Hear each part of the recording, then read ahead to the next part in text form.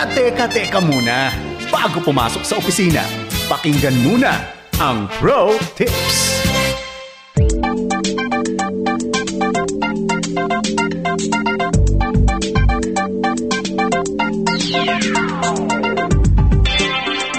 Mabilis ka bang nakapag-a-adjust sa mga pangyayaring hindi ayon sa iyong plano? O agad kang nadidiskaril kapag ang plano mo ay hindi nasunod? There are many things in life and at work that are beyond our control. Hindi mo kontrolado ang oras ng ibang tao. Wala rin sa iyong mga kamay kung ano ang iisipin, sasabihin o gagawin nila. Minsan nga ang linaw-linaw ng usapan na sa ganitong oras o araw niya tatapusin ang trabaho, after 1 decade wala pa rin ang obligasyong ipinangako. While unplanned changes can be frustrating, maaari namang magkaroon ito ng magandang bunga kung magiging maayos ang response natin dito. Magandang araw, ako si Maloy Malibiran sa Lumbides para sa Pro Tips, partner mo sa inspiradong trabaho at negosyong umaasenso. Kung tama ang ating response, ang pagbabagong hindi planado ay isang magandang pagpapala pa rin. So how should we respond to changes? Una, believe that something better is in store. Kapag hindi natuloy ang pinaplano mo, ibig sabihin lamang ay hindi pa ito napapanahon o kaya naman ay may ibang mas magandang bagay na gustong gawin ang Diyos sa buhay mo o sa career mo. Kaya nga, may kasabihang kung gagawa ka ng plano, huwag permanent marker ang ipanulat mo. Dapat lapis lang para pwede itong burahin o baguhin kung kinakailangan. If you focus on the sovereignty of God, you will not be surprised when change happens. Kasi ang mga pagbabago sa plano ay paalala lamang na hindi natin kontrolado ang lahat ng bagay. Ngunit ang mga ito ay nasa kamay ng Diyos. God's plans are always better than ours. Sabi nga sa Jeremiah 29 verse 11, "For I know the plans that I have for you, declares the Lord, plans to prosper you and not to harm you, plans to give you a hope and a future." Pangalawa, be flexible and move on. Huwag mong kapitan ng pagkahigpit-higpit ang iyong mga plano para hindi masyadong masakit o nakaka-disappoint kapag ito ay nabago. Always maintain an attitude of flexibility para mabilis kang nakapag-a-adjust o nakaka-move on kapag may pagbabagong nangyari. Mabilis ang changes, lalo na ngayon dahil nga sa technology. Hindi mo pa nga nadidiskubre lahat ng features ng iyong smartphone, may bagong model na agad na lalabas. Maiiwan tayo sa mga pagbabago kung hindi tayo flexible. At pangatlong tip, be anxious for nothing.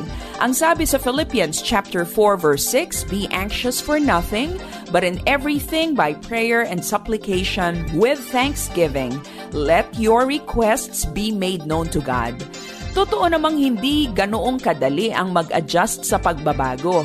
Pero tandaan mo ito, difficult and impossible are God's business.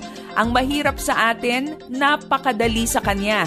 So when something or someone frustrates your plans and you find it difficult to accept, don't worry, don't be anxious. Trust God instead.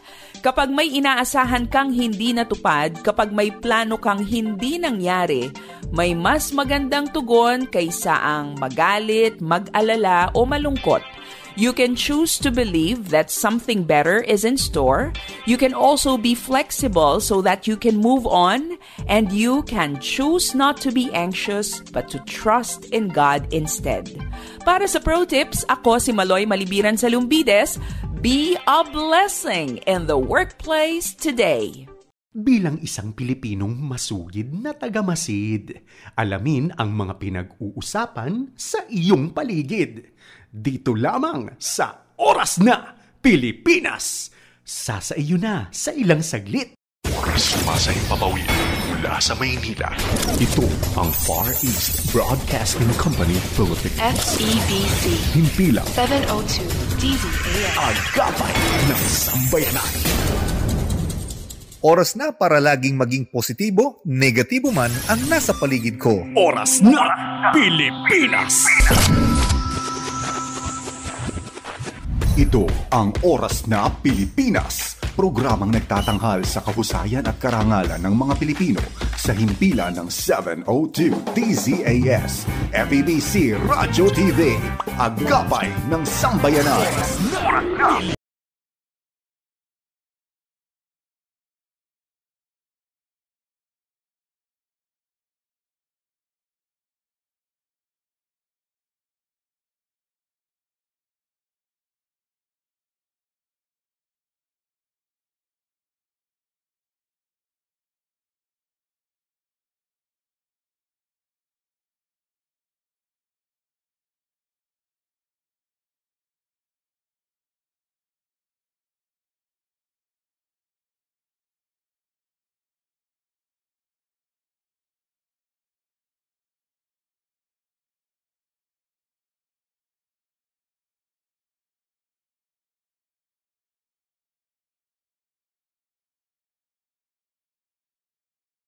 EBC Radio TV. Kami po ang inyong mga Tuesday companion. Ako po si Heidi Bernardo Sampang. At ako po si Pastor Eric Cortez. Kayo po ay aming kasama ngayon sa ating pong paboritong 702 DZAS FEBC Radio TV. Yes, welcome dito sa Oras na Pilipinas. Yes, Pastor Eric, kumusta?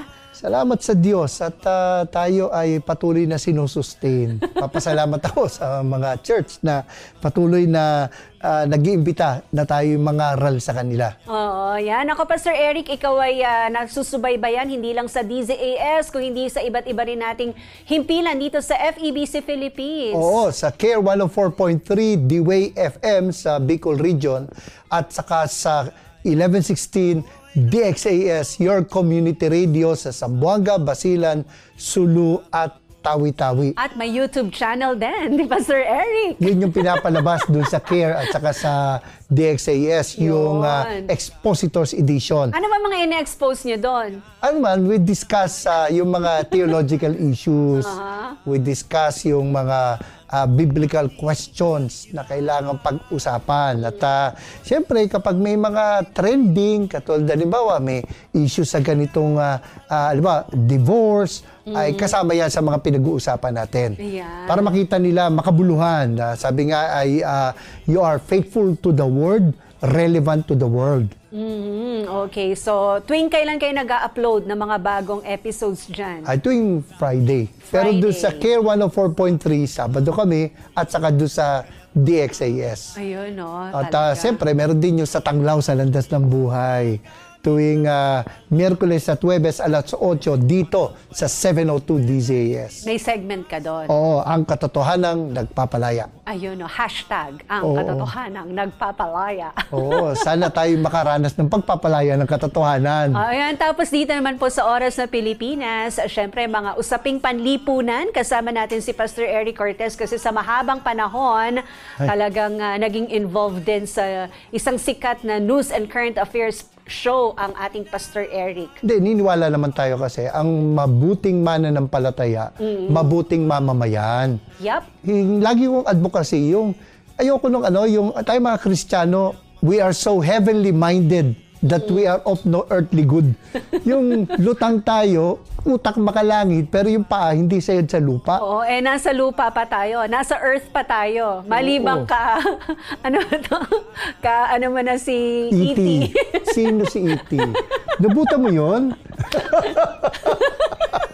Tayo pa ba magbibiruan, maglolokohan, Pastor Eric, di ba si E.T.? Umiyak ako sa sinihan niya nung pinanood ko. Ako nga, sa TV ko lang yan napanood. Ikaw, nakita mo ba yung showing? Sa ano pa yun? Sa isang sinihan sa Santa Cruz ko pala panood yun. E.T., ano? Extraterrestrial ni Spielberg. Di ba? Pero sa totoo lang talaga na makita nila na yung we talk about socio-political issues from a biblical point of view. Kasi tayo ang asin at ilaw. We are the salt of the earth. We are the light of the world. Minsan, di tayo komportable pag-usapan ng mga ganyan sa church. Sa totoo lang, di ba? Nandito rin tayo para hindi manakot, kung hindi mag-lay lang din talaga ng mga facts, ng mga news, sa ating mga kaagapay. At bilang tagasunod ng Diyos na nagsabi na siya ang katotohanan, if we are truly followers of the Lord Jesus Christ, talagang dapat na we affirm the truth. Yun. Sabi nga namin sa Expositors Edition, the truth in all its simplicity, practicality, and authority. So kung first time lang nila na-encounter yun nga, yung Expositors Edition, naka-archive naman, di ba? Oo. Yung mga previous na mga pagtuturo nyo doon. Mula Sino nga yung nung- kasama mo doon, Pastor Si Eric? Pastor Erwin Amador. Yun, Pastor Mula nung Erwin. kulay talong pa kami doon sa low-tech pa hanggang sa Ayun, oo. medyo gumanda-ganda na. Nakaluwag-luwag na. Happy listening po Oh, sa sige, mga nakikinig go. sa radyo via online streaming ng FEBC.ph. Sa mga nanonood sa Facebook Live, alam mo ito hindi lang nakikinig sa radyo sa kotse, kundi mas marami na sa Facebook Live, mas cellphone talaga. O kaya, Pastor Eric, sa radyo lang sila nakikinig, pero minsan naku-curious sila sa atin. Oo. Sumisilip na rin sila sa Facebook. At nakikita nilang talagang pang radyo lang ho. Nasa YouTube ka na nga eh. O yan. At Sa mga nanonood din po sa GCTV, Yes. Channel 185 Signal TV, at sa ating YouTube channel FEBC PH Stream, radyo, sa radyo po ninyo, sa mga portable missionary radios natin. At madalas nga yung mga nakikinig sa biyahe. Yun. Biruin mo, allergic ka sa camera pero mahilig ka sa photography. Maganda yung nasa likod ka ng camera. Anong mga paborito mong subject na kinukunan, Pastor? Well, bulaklak at Dati saka ibon, ibon. diba? Actually, pareho yun. Bulaklak at ibon. Mas madalas sa ibon kasi very challenging. Susundan mo talaga eh. Gusto ko sanang mag-street photography. Gagayahin ko yung madalas kong mapanood yung, "Hi, I'm Eric. I'm a photographer." Nung minsan inisip kong gawin yon nung nasa Boracay kami, sabi ko sa asawa ko, gagawin niyo yun. Ay, piningot. Akala ko mantikang masagasaan. Hindi siya pumayag. Street photography. Okay, sige po. At syempre, hindi naman aandar ang ating programa kung walang tulong ang ating mga ka-Team Positive na laging nagbubuhat ng ating ONP. Maraming salamat sa ating co-pilot ngayon. Walang iba kundi si Benjo Morano. Basta kailangan mo, nandito lang ako. Thank you rin kay Reggie Villena. Reggie sa control. Salamat po. Salamat din kay Brian De La Cruz. Ito na si Brian, tropa mong maaasahan. Of course, kay Phil Lagtapon. Phil Lagtapon, ready in action. Gagaan din ang buhay. Siyempre, nandyan din si Dessa Magtunaw. Kapag kasama mo si Dessa, never kang mag-iisa. Hindi rin nawawala ang ating RTV crew, si Wen Balatukan. Maging bahagi ng solusyon. Ganun yon. At syempre, para ma-ensure na malinaw tayong naririnig sa ating signal ang ating engineering at Bocaue Tech people. Yan, salamat sa ating mga ka-Team Positive na umaalalay sa ating oras na Pilipinas. Okay, napansin niyo na mas maaga tayo nag-start ngayon kasi po may retreat ang FEBC Philippines. Kaya ang mga tagapagbalita nagre-retreat din. Sana all. Kailangan din yan, di ba? Oo nga, kaya nga sana all. Di ba? Minsan, Pastor, tayo ganyan yung guilty pagiging natin, labas ng labas. Walang pumapasok sa atin. Nagmi-minister tayo. Madalas ko ibiro na kaya lang naman, parang hindi ka nagpapahinga, Pastor. Sinasagot ko, sabi sa Bible, there is no rest for the wicked.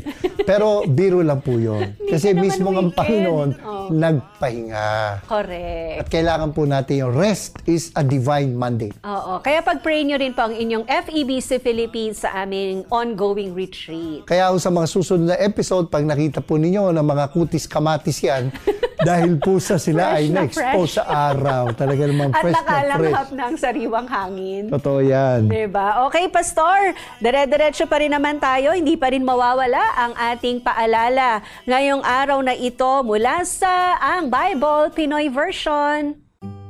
Kawikaang kayamanan. Kawikaang kayamanan.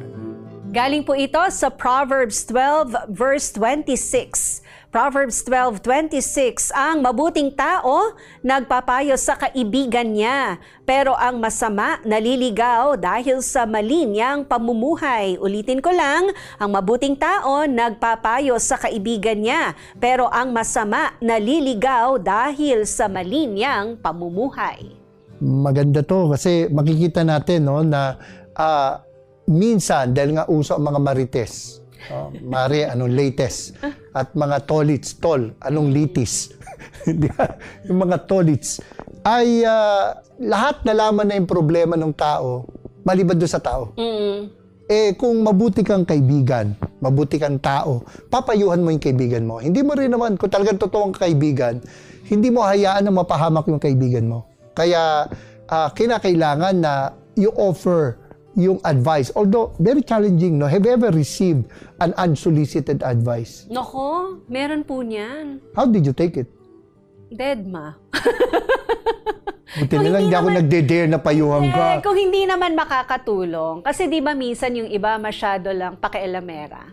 Yung mema sabi lang, parang for your own protection, di ba? Minsan ganon, you choose na lang din kung ano yung papakinggan. Pero hindi mo siya right there and then sasabihin na hindi ko kailangan yung sinasabi mo. Parang ganyan. Pero totoo yun. May mga tao po na ang kanilang opinion mahalaga sa atin. At yun yung mga pahalagaan nating tao.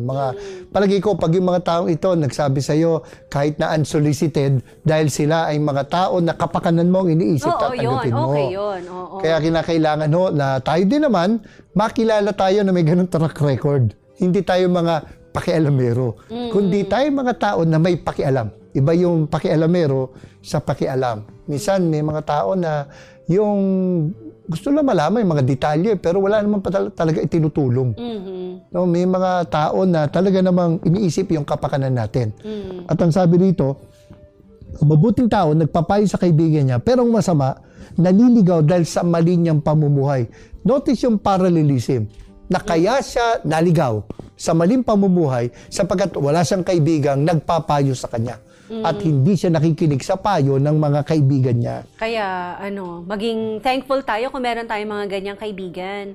Palagaan natin. Tapang, no? Oo, yung mga tao na sasabihin kung ano yung kailangan nating marinig. Yung mga blind spot natin. Hindi yung mga taong yung gusto lang nating marinig. May ganyan na ngayon, di ba? Yung parang kayo nagkukonsentihan. Kasi pare-pareho nga kayo ng ginagawa. Nagtatakipan. Birds of the same feather. Yeah, birds flock the same feather. Diba? Yung parang hindi mo na i-correct kasi pareho ka din naman. Pero yung nga mahirap yung hindi ka magtutuwid kasi nagagawa ko din Tuloy ayaw mo naman masabay ipokrito pero tulong din sa atin yun dahil tayo mismo it's like a self-talk na sinasabihan mo rin sarili mo, uy mali yan So, hindi ka lang nakatulong sa kaibigan mo, natulungan mo rin yung sarili mo. Kaya magmalasakit tayo. Magbigay tayo ng payo kapag kailangan. At huwag tayo mahiya. Of course, piliin ang tamang pagkakataon sa pagpapayo. Paano yung payo na hindi sermon? Actually, ako, sa experience ko, yung mga hindi sermon, yung tipong, una, kakusapin ka kayo lang. Hindi ka pagsasabihan sa harap ng maraming tao. Tapos, ang approach dyan, ang tawag yun, kiss, kick, and kiss. Sandwich. Una, sasabihin sa iyo yung maganda. Tapos, sasabihin sa iyo yung isang dapat ituwid. O sisipain. Tapos, sasabihin, paano niya itutuwid? Halimbawa, it would have been better. Diba? Maganda rin pwede mong simulan na, alam mo, I don't know if it's okay to talk about this, would it be okay? Hinga mo ng permiso yung tao. Paano naman, Pastor Eric, kung yung kaya ka humihingi ng payo, parang minsan gusto mo lang ma-validate yung decision mo. Nagkakampi. Naghanap ka ng kakampi, di ba? At kapag gano'n, lalatan ninyo na humingi sa inyo ng payo, pero hindi talaga humingi ng payo, naghanap na ng kakampi, you really have to tell the person, gusto mo bang... Gusto mo? Maging totoo ko sa'yo? Gusto mo bang marinig ang sasabihin ko o yung kailangan mo marinig? Yun ang tanungin natin. Kasi may mga tao yung validate. Maganda yung term na yan kasi ang term ko lang naghahanap ng kakampi. Kaya hirap na hirap ang mga tagapayo Kasi lumalapit sa kanila, alam na yung gagawin eh. Naghahanap lang ng baka pwedeng hindi yun ang gawin ko. Diba? Pero still, given na may maganong tao, still, wag tayo mangingimi pag kailangan magbigay ng payo. At saka talagang hindi naman ito yung pipili ka na lang din ng mga kakaibaganin mo na parang ikaw lang yung mabebenepisyohan. Minsan nilalagay ka ng Lord sa set of friends na ikaw naman yung mang-i-impluwensya sa kanila. Sabi nga ng Bible sa Proverbs din, nabanggit na he who walks with the wise grows wise. Kaya piling ko, tumatalino ko, kasama ko kayo He who walks with the wise grows wise, but the companion of fools suffers harm. Kasama mo pa lang yung hangal, pahamak na. Kaya tama ka, piliin natin ang ating mga kaibigan at ang mga tunay na kaibigan. Sinasabi yung kailangan nating marinig kahit na ayaw nating marinig. Ayun, kasi minsan parang gusto lang natin yung popular na payo, pero hindi na biblical. No, Pastor? Huwag tayo maghanap ng mga rara boys ng buhay natin. Yung mga cheerleaders. Ang hanapin natin, yung mga tao that will cheer us on. Yes, or can rebuke us, di ba? Ayan ang mahirap lang. Pero ang mga best friends ko, talagang mga tao na who would really tell me what I need to hear. Yun ang pinahalagaan ko mga tao. At first, mapipikon ka. Well, masakit. Sakit. Siyempre, dahil gusto natin pa-impress tayo Pero pag nakita mo na wala naman silang ibang nais kundi yung kabutihan natin, ma-appreciate mo na they took the risk. Kasi pwedeng ayaw na kitang kaibigan, masakit ka magsalita. Pero yan yung mga kaibigang kailangan mo. For keeps. Yan talaga, for life. Pag nahimasmasan ka na, may point naman pala talaga siya. Kaya pakinggan na rin ninyo kasi baka mamaya magtampo ka, awayin mo, pagkatapos na-realize mo, tama siya. Mas nakakayang umamin na. Kasi, sensya na, tama ka pala. Yan. So, eto po, Proverbs 12:26, ang Bible Pinoy version. Ang mabuting tao nagpapayo sa kaibigan niya, pero ang masama naliligaw dahil sa masama niyang pamumuhay. Yun yung nakakalungkot May nagpayo na sa'yo, binaliwala mo. Yan, hindi ka nakinig, naligaw ka. Naligwak ka tuloy. Okay, so, punta na tayo, Pastor Eric. Ito, ang inaabangang feature ng ating mga kaagapay dito sa Oras na Pilipinas. Ikot tayo sa buong mundo para alamin ang kasaysayan ng bawat watawat. Kasama natin ngayon si Desa Magtunaw para sa Bida Bandila. Bida Bandila, kasaysayan at kahulugan ng mga bandila ng iba't ibang bansa. Bida Bandila. Welcome to the land of safari! Iyan ang ating trip for today's episode. Ako si Lourdes Magtunaw, ang iyong international stewardess na pabida sa pagbida ng bandila. Today's destination, Botswana. Ito ang pinakasikat na tourist spot sa mga animal enthusiasts. Paano ba naman? Complete attendance ang safari sa bansang ito. Sa Botswana, makikita ang largest population of elephant in the whole world. Sa sobrang dami nila, hindi lang kotse ang tumatawid sa kalsada, pati mga elepante. Bukod sa mga ito, marami ring zebra. Pati na rin ang mga ibon na mayroong 550 species. Ang dami Ito rin ang bansang napakaraming kapitbahay dahil ito ay border ng Namibia, Zambia, Zimbabwe at South Africa, kaya ito rin ay ang easy access to other destinations. At ito ang one of the world's biggest diamond producers. Kaya't kabilang ang Botswana sa mayayamang bansa sa Africa. Tourist-friendly ang Botswana dahil ang main language nito ay English. Botswana rin ang second largest diamond producing countries in the world, kaya't maganda ang kanilang ekonomiya. Pero mas precious ang ulan sa bansa dahil mas madalas silang nasa season ng tagtuyot. March 31, 1885, itinatag ng United Kingdom of Great Britain ang Ireland ang magproprotekta sa pagbabanta sa mga trespassers sa Botswana at sila ay sumailalim sa pamumuno ng mga bansang ito. Ang flag ay may blue filled with horizontal black stripes na may white border.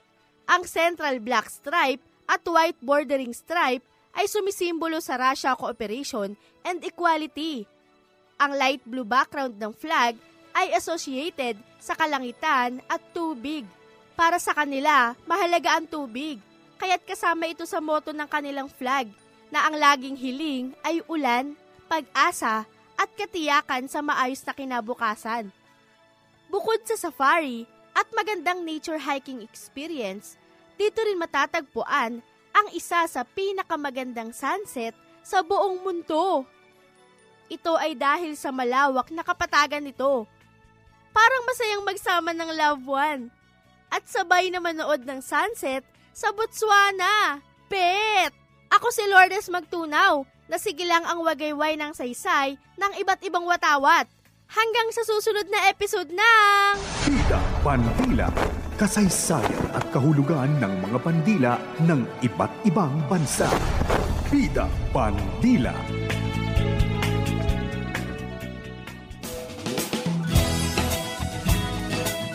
Patuloy pong nag-aanyaya ang inyong Oras na Pilipinas na mag-join ng bawat isa sa ating online community group. Just click the link dito po sa ating ongoing na Facebook Live o kaya dito po sa ating page para po sa mga napapanahong information at inspiration hatid sa inyo ng inyong agapay ng sambayanan. So nakapin lang po yan dito sa ating comments section. Tapos, Pastor Eric, meron pa rin tayong mga additional na mga kamanggagawa na hinahanap para dito sa FEBC Philippines. Magpahanap na po kayo.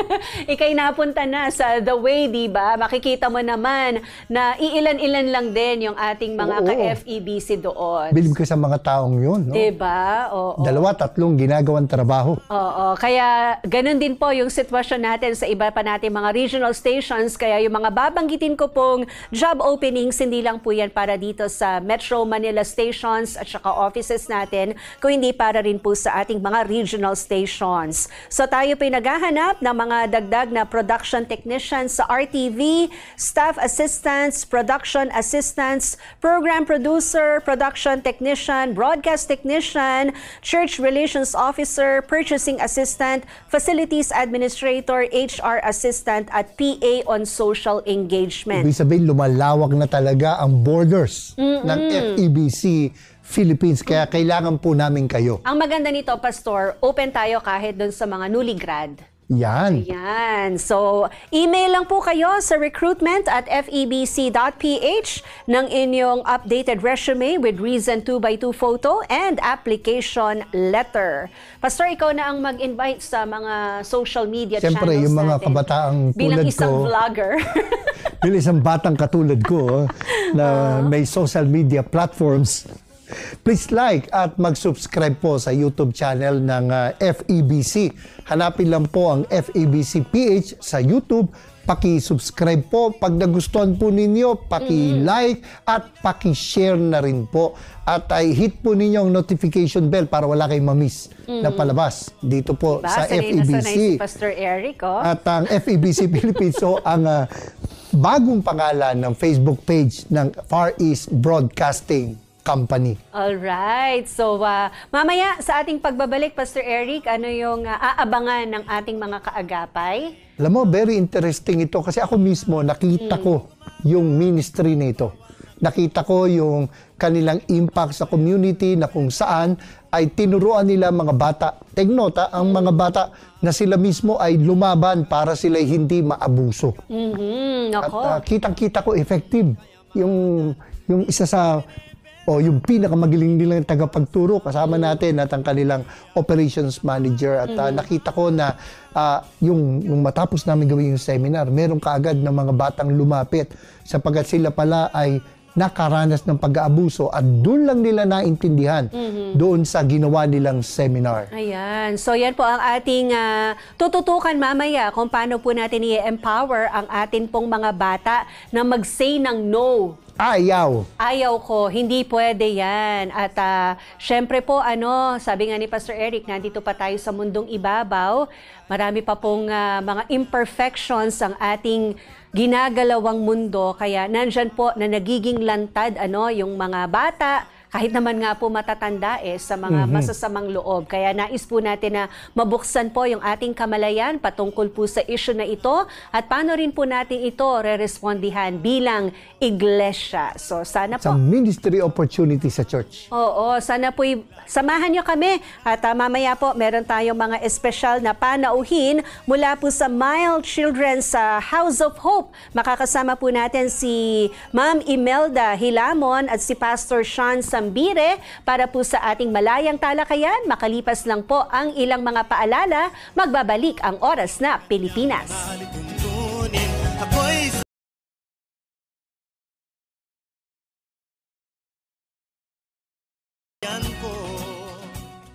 Oras na Pilipinas.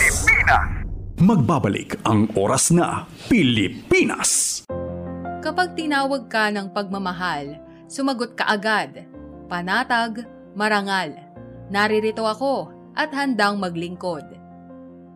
Sundin mo ang sariling puso't kalooban, hindi ang bulong, bighani at tukso na mga wikang banyaga sa iyo. Matitiis mo ba ang patalim ng balakyot? Magtitiis pa ba sa gisik ng maiksing kumot? Mahihimbing ka bang alipin ng takot? Ang pag-ibig mo ay walang kapantay, kundi ang pag-ibig din ng minamahal. Huwag mo siyang bayaang maghintay. Gumising ka, manindigan. Bawat patak ng luha niya'y isang dagat. Bawat ngiti ng tagumpay niya'y watawat. Kapag tinawag ka ng pagmamahal, sumagot ka agad. Matatag marangal. Walang bakit. Sana maglingkod.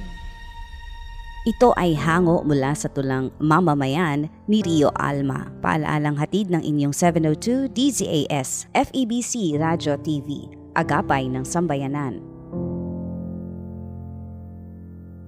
Sumasayang papawid mula sa Maynila. Ito ang Far East Broadcasting Company Philippines. FEBC. Himpilang 702 DZAS. Agapay ng sambayanan.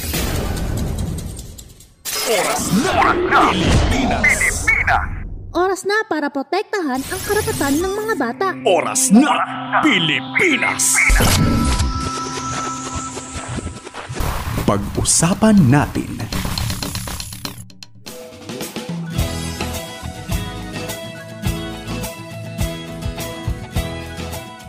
Kasapi tayo sa KBP, yan ang kapisanan ng mga broadcaster ng Pilipinas. Ito po ang inyong FEBC Radio TV at tuloy-tuloy ang ating napapanahong kwentuhan dito sa Oras na Pilipinas kung saan pag-uusapan po natin ngayon ay napakahalagang paksa para po proteksyonan ang atin pong mga kabataan. Mayroon po kasing naging babala itong Council for Welfare of Children or CWC sa mga magulang maging sa mga guardians laban sa pag-usbong ng artificial intelligence na ginagamit sa child abuse at exploitation na maaari pong magresulta sa insidente ng suicide ng isang bata. Ayon kay CWC Executive Director Undersecretary Angelo Tapales, base sa natanggap po nilang impormasyon mula sa PNP Women's and Children's Protection Center noong Enero, wala pang naulat na kaso ng AI child sexual abuse or exploitation materials o child sexual abuse materials sa Pilipinas, pero nagbababala na po sila ng maaga lamang para mahuli po ang mga sangkot po dito. Ayon kay Tapales, laganap na ngayon ang paggamit ng AI-generated materials sa ibang mga bansa. At ito rin po ay batay sa pag-aaral ng non-governmental organization sa United Kingdom na nag-imbestiga sa dark website na mayroong mahigit 20,000 na child sexual abuse or exploitation materials na ginagamitan na ng AI. Kaugnay po nito, tinutulak ngayon ng isang grupo ang epektibong pagtugon sa naturang issue sa pamamagitan ng pagkakaroon po ng kamalayan, pagtataguyod ng responsableng paggamit ng internet at kaukulang pagsasanay ng mga nasa tamang edad, lalo na ang mga magulang at mga guardians. Dapat din daw po naturuan ng mga magulang, pati na rin ang mga guidance counselor, mga teacher at mga school administrator sa atin pong mga paaralan na maging responsableng internet citizens. para maturuan din nila ang mga anak, pati po yung mga estudyante na matukoy ang mga mapang-abusong mga site at mapanganib na mga content. Pinayuhan din po ng grupo ang mga magulang na huwag mag-post na mga larawan ng kanilang mga anak online na maaaring gamitin sa mga illegal na gawain. Paano nga po ba natin ma-empower, Pastor Eric, ang ating mga kabataan laban po sa mga mapang-abusong gawain na ito ng mga adult sa kanilang paligid? At kasama natin ngayon si Sister Imelda Hilamon, Operations Manager ng My Children's House of Hope, at si Pastor Sean Sambire, Youth Pastor and Advocate ng My Children's House of Hope. Magandang araw po, Sister Amy at Pastor Sean. Magandang araw po. Magandang araw po. Maraming salamat po dahil kasama namin kayo ngayon, Ate Imelda and Pastor Sean. Thank you din sa pag-invite niyo sa amin. Okay. Siguro maganda, Pastor Eric, pakilala muna nila yung kanilang grupo, yung kanilang ginagawa dito sa My Children's House of Hope. Ano po ba ang pangunahing layunin ng inyo pong hanay, Pastor? Kami po ang My Children's House of Hope, Bahay Bata 127, and kami po ay 20 years na naglilingkod sa komunidad at marami po kaming mga programang nagawa. Nagsimula po ito sa deaf community. At kaya dati ang pangalan nyo, Talking Hands. Yes po. Tama po. And? At yung programa po na yan ay ang pinaka naging focus po namin dyan ay proteksyonan yung mga parte ng deaf community po para hindi sila mapahamak, maabuso sa iba't ibang klase ng pang-aabuso. At kalaunan, ito pong programa na ito ay naitawid dito sa hearing community at sa lahat ng mga batang Pilipino. So ngayon po, ang ating pong programa ay nag-aabot na ng child sexual abuse prevention sa kahit sino bata po dito sa Pilipinas. Sabi dito kasi sa ating script ay tinitrain yung magulang, teachers. Ako, nung una kong makita yung seminar nyo, yung CSAP, mga bata mismo yung tinuturuan ninyo. Ano ang logic behind that strategy? Maganda po yung tanong dahil naniniwala po yung organization na para maabot natin yung safer environment, yung safer place para sa mga bata, hindi lang po kailangan matatanda ang turuan at hindi lang din naman po kailangan bata ang turuan. So dapat po hand in hand, parehas po sila nakakapacitate or natututo doon sa tinatawag po nating prevention. Okay. So Ate Amy, more on yung organization ninyo nag-educate, hindi kayo nagkukup-kup ng mga bata? We educate. Tinuturuan natin yung mga bata na paano nila i-prevent nila yung sarili nila from any kinds of abuse. So very short lang yung message. Now we go directly to the children, sa mga bata. Simple lang yung message natin, paano nila tinuturo sa kanila, identifying kinds of touches, bad touch, good touch, and confusing touch. Pag nakaranas sila ng bad touch at saka confusing touch, anong gagawin? Anong sasabihin? Hindi, ayoko, hindi pwede, tumingin sa mata. Parang ganon. At pag nakaranas sila ng bad touch at saka confusing touch, they have to identify nila yung 5 trusted adult nila. So, ituturo nila kung at least meron silang mapagsabihan. Turuan sila na huwag magsekreto.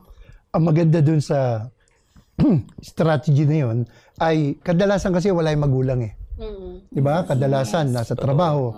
At yung mga batang naiiwan at may pagkakataon ba na mismo yung nag-aalaga o napagbibilinan ang umaabuso doon sa bata? Yes po. Kasi talagang nangyayari po yun. We have cases, especially po nitong pandemic lamang, na kung saan akala ng maraming tao kapag nasa loob ng bahay, ligtas yung kanilang mga anak. Pero po ang nangyari, ang kinalabasan po ay ang nang-abuso po ay either stepfather, parte ng pamilya, or yung caretaker po ng mismo ng bata.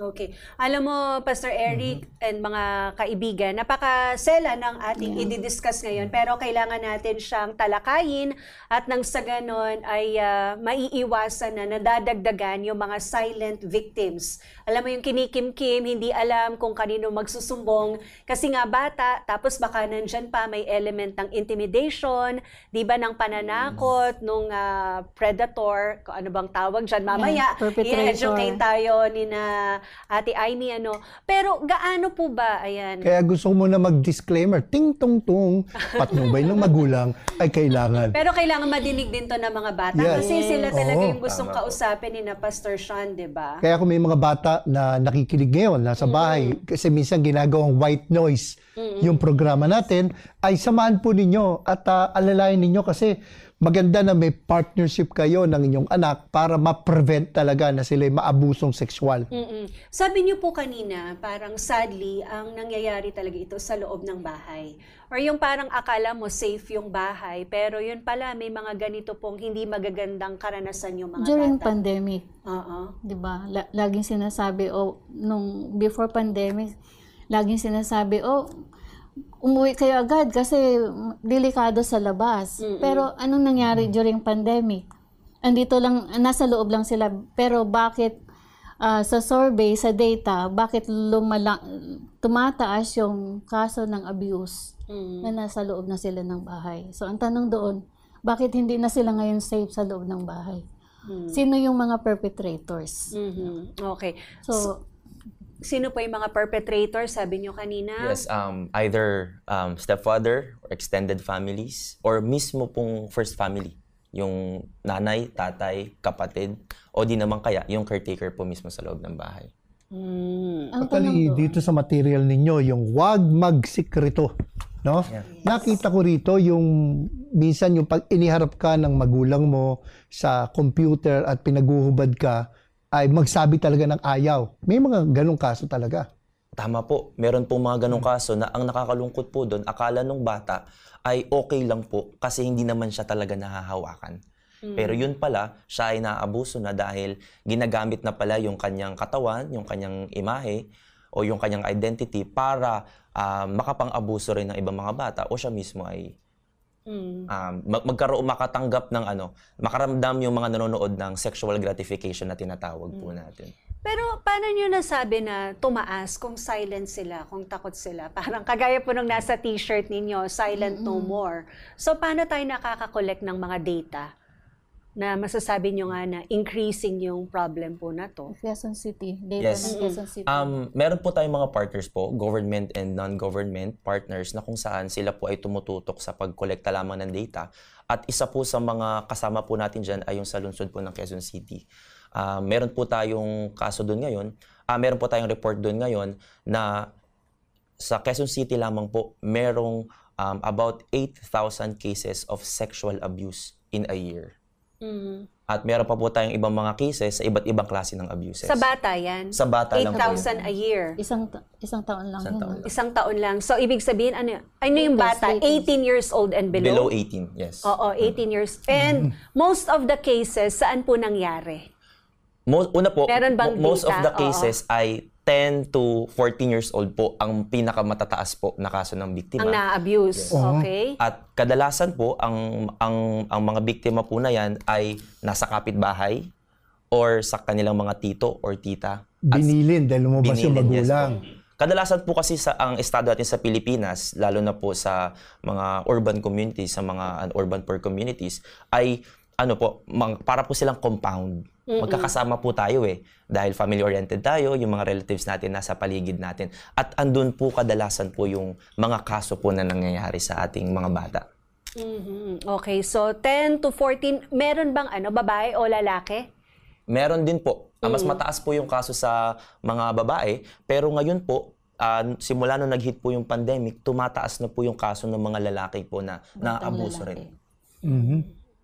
Kabahala na yung statistics na yun. Actually, one victim is one too many na Yes. Pero yung 8,000 kada taon at hindi bumababa kundi tumataas pa, that is very alarming. Hindi na tayo dapat manahimik. Pero Silent buti, no more. yun nga, buti nagsumbong. Opo. Paano na-i-record? And for sure, Pastor Eric, marami pa dyang hindi nagsusumbong. Oo. Diba? Oo. Yung 8,000 is mataas yun in a year. Oo, sa isang city. So, usually kasi pag na-abuse ang bata, silent lang. Kasi it's either takot o tinakot. Pero, yung ginawa natin Child Sexual Abuse Prevention Campaign, pag pumunta tayo, binibigyan mo ng lakas ng loob yung mga bata na magsalita, na wag magsikreto. So, marami kaming experience from the outreaches, from the communities in partnership with local churches na after the presentation with Kuya Sean sa big group, we have a small group. So, kumukuha tayo ng mga volunteers, kung sino yung andoon sa community na church, at saka partnering with Barangay Council on the Protection of Children. So, doon sa small group, doon nalalaman na, mga bata, marami ka bang natutunan doon sa sinabi ni Kuya Sean? O may pagkakataon ba na ikaw ay nakaranas ng bad touch at saka confusing touch? Doon tayo magugulat kasi yung mga bata mismo ang nagsasabi, ako po. So, nagkaroon sila ngayon ng lakas, ng loob na magsalita. Kasi tinuturo doon, in a short time, in 2 hours, tinuturo doon kung kanino dapat magsumbong. The 5 trusted adults. Si Kuya Sean, masabi mo, yung 5 trusted adult, bakit 5 trusted adult? Okay, maganda pong ano. So, isa po sa mga tinuturo namin ay yung tinatawag nga na 5 trusted adults. Madami nagtatanong, bakit 5? Kasi po, simple lang naman po yung logic dyan. Bakit po 5 daliri? Kasi kapag wala si nanay, sinong susumbungan? Meron pa po siyang 4. Ang problema, kapag si tatay ang nang-abuso, pinagkakatiwalaan natin ng mga magulang po natin, syempre po, dapat talaga magtiwala yung mga anak sa mga tatay, sa mga magulang. Pero minsan, meron talagang kaso na si tatay po yung... Incest, no? Yes, si tatay ang perpetrator. So, meron pa po siyang 3. At kung may hindi po maniwala, dahil totoo po na sa community natin na sanay po tayo na, sa community, madami pong cases na, hindi, imagination mo lang yan, hindi totoo. Hindi po pinapakinggan yung mga bata. Kung may ganun po na pinagkakatiwalaan, at least may dalawa pa po siya. So, hindi po agad mauubos yung mga pwede nilang sabihan, hindi lang sa loob ng bahay, kundi sa school, sa simbahan, kaibigan, kamag-anak. So, isa-isay natin, halimbawa, dito sa inyong babasahin, huwag magsikreto.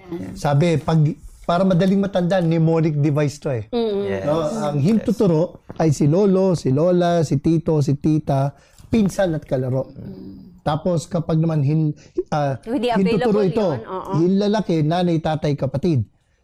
Hinlalato, ito ay principal, teacher, guidance counselor at saka classmate. Palasinsingan ay barangay official, tanod, pare, pastor at pulis o pulis.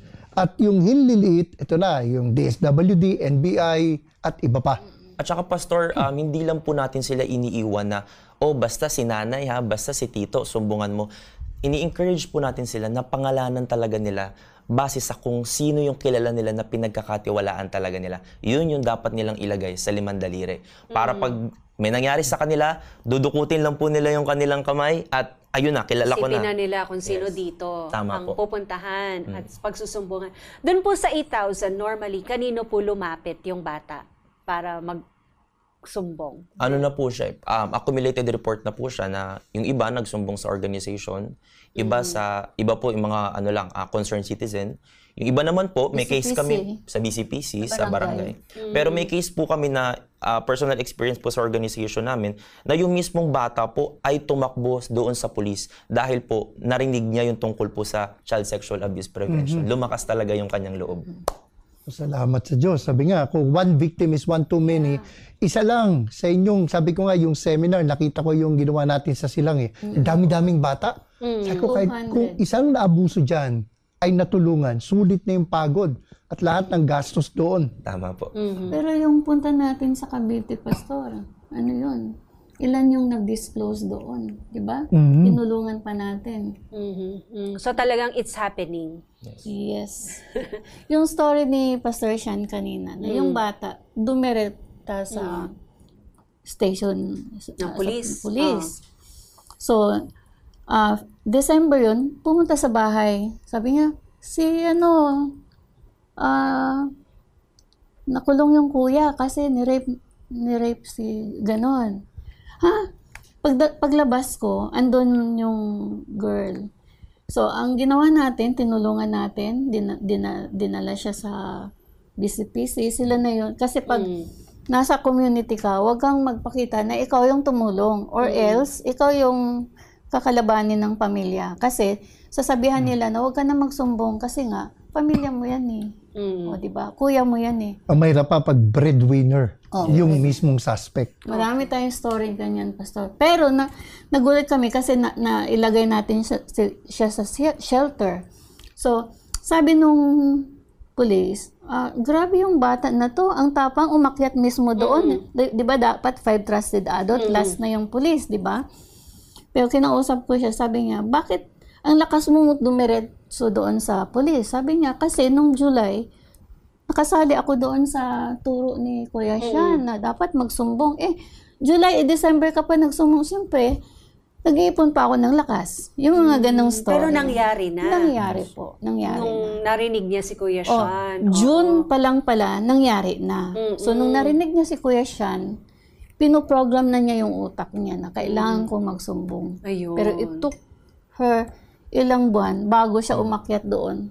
Kasi kung malalapit siya sa amin, malapit lang malalaman. Okay. Diretso, nasa shelter siya ngayon, nag-aaral na.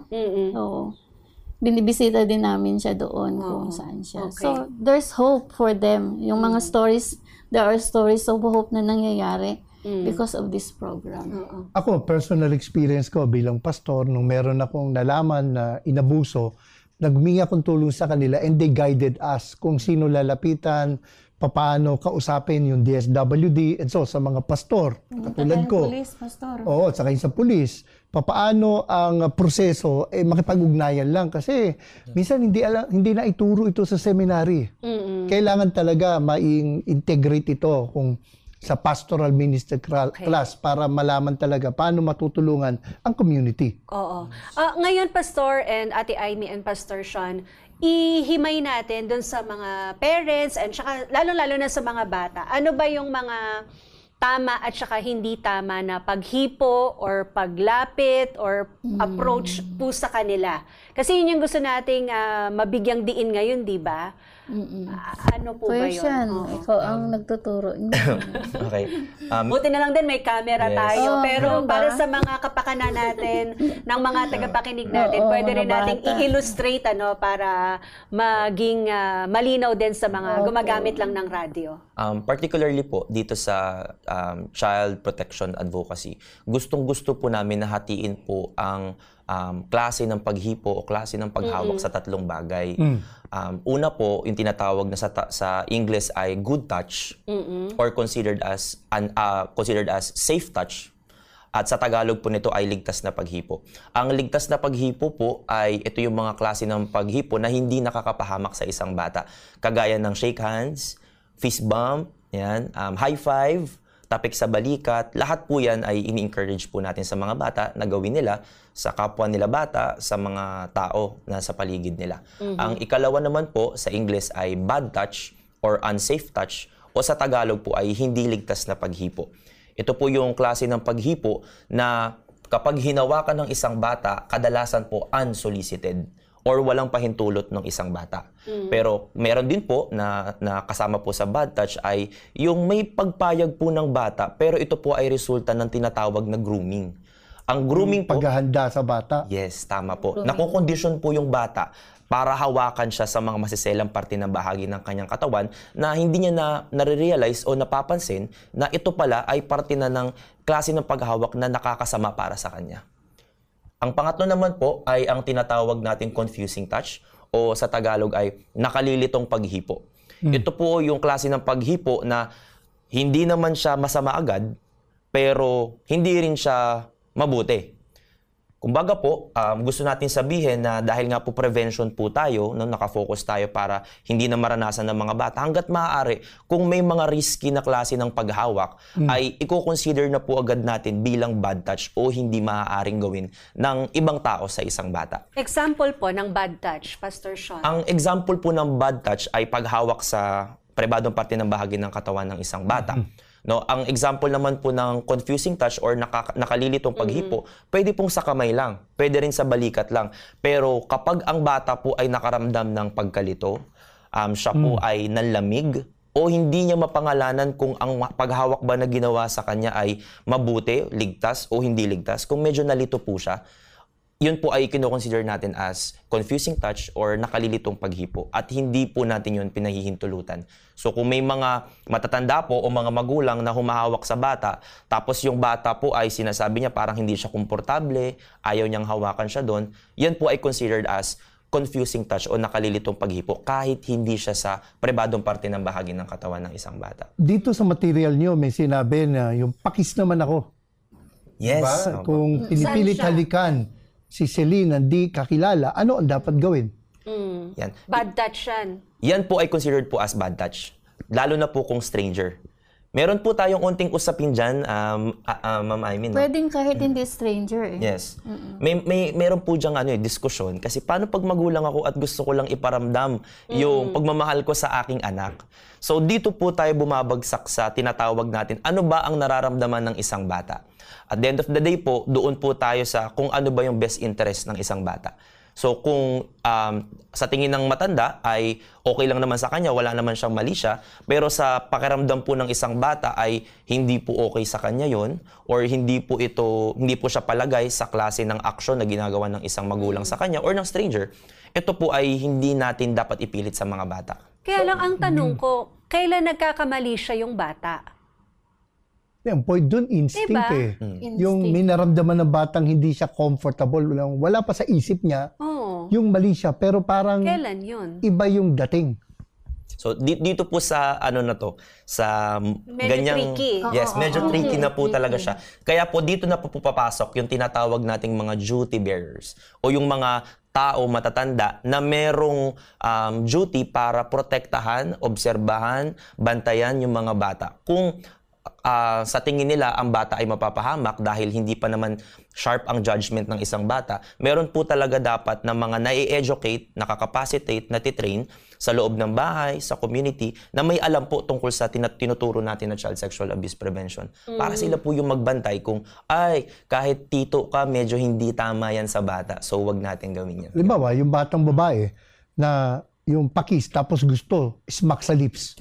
Yes. Hindi dapat yun. Sa ako, very sure na yan talaga, Pastor, na it's bad. So rule of thumb po sa advocacy po natin sa child sexual abuse prevention, yung mga pakis po sa lips kahit po magulang ka, hindi na po natin yan ini-encourage. Lalong-lalo na kung tatay ka tapos sa anak mong babae. Yes po, kung opposite dapat sex. doon may boundary. Yes po. Okay, kahit po yung haplos. Pwede kasi sabi mo, di ba, touch sa balikat, pero huwag hagod. May yung actions po kasi depende talaga sa nararamdaman ng isang bata. So kung nakikita po tayo ng behavior ng bata na hindi siya komportable doon, ibig sabihin that is a no-no. Pero kung ang bata ramdam niya yung pagmamahal at kita naman natin na walang hindi siya dangerous or harmful or risky sa bata, okay lang po yun. Huwag mong sasabihin na, uy, huwag kang maging malisyoso. Huwag kang mag-isip ng kung ano-ano. Tito mo yan eh. Tama po. Pinsan mo yan. Dapat, igagalang natin kasi itinitrain mo rin ng bata na ma-sharpen yung instinct niya. Tama po. May nakita ko dito yung parang kandong. Yes po. Di ba? Or sa ibang term po ay pangangabayo. Yan po yung ginagamit namin na term para po maisip ng mga bata. Kasi minsan yung kandong, ginaganon po nila inaano nila parang hinuhorsey, ganun yung term po sa community. So, yan po ay considered po bilang bad touch po sa mga bata. So, tama po yung sinabi niyo, Pastor, yung iba sinasabi, huwag kang malisyoso kasi tito mo naman yan. Actually, Pastor, doon po nagsisimula yung mga pang-aabuso. At doon po tumaas yung kaso natin sa mga incest, sa mga relatives po na nagiging offenders po sa mga bata. Yung tipong nararamdaman na nila na something is wrong, na i-invalidate pa nung adult dahil nga, yun na, may kaisipan na kamag-anak naman yan, ano ka ba? Parang ikaw pa ngayon yung malisyoso. Tawag yung gaslighting, ikaw palalabas na mali. Oo. Pero naiisip ko nga po siguro talagang yung kukuhanin mo din na teaching moment. Halimbawa, yung nanonood kayo ng TV, alam mo yon sa bahay. Tapos, minsan, di ba, nandyan naman yung mga MTRCB rating, di ba, Pastor? Buti ko binabantay ng magulang pinagbe-babysit ng TV. Oo, parang doon pa lang, pwede na pong maging bridging moment na yung ganyan. Pwede mo nang ituturo mo na na yan, pang mag-asawa lang yan, 'di ba? Pag yung mga ganyang gawain, 'di ba? So, nagkakaroon na ng idea yung isang bata kahit na mura pa lang yung kanyang edad. Yun nga lang, Pastor, pagka talaga, nandyan yung magulang. Oo, diba? Yun ang problema. Yun ang daming absentee talaga ngayon Yun ang pinambabysit, yung YouTube. Buti yung YouTube for kids. Kaya nga tinatanong ko sa inyo, kailan dumarating yung kamalayan na may mali siya na yon? Kasi nga, kung masyado ng exposed sa mga ganyan, parang minsan namamanhid na tayo, di ba? Parang nasasanay ka na sa mga ganong panoorin palabas, kaya parang akala mo hindi ka naman na-violate as a person, as a child, di ba? Anyway. Actually po, nakakalungkot lang, no, pag may nangyayaring ganon. Totoo yes, po. Pastor Sean.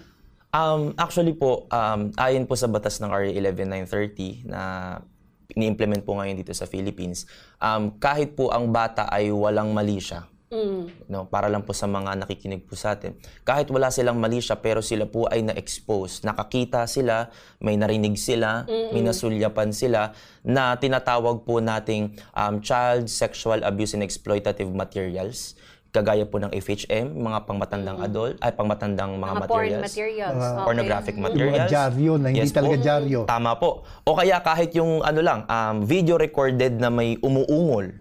Yan. O kaya mayroong tunog na pang-sexual. Yan po ay, kapag marinig po yan ng bata, kahit hindi maramdaman ng bata na yan, parang bastos yan. Kahit hindi po niya ma-identify na ang ang material na po yun ay magiging harmful sa kanya, automatic po kinukonsider po natin yun as crime doon sa mga tao na naging dahilan kung bakit narinig po yun ng bata. Mabigat ang parusa sa ganyan. Yes po. Sa ilalim ng ng RA 11930 or 11930. Okay. Kasi napupulyot. Yes po.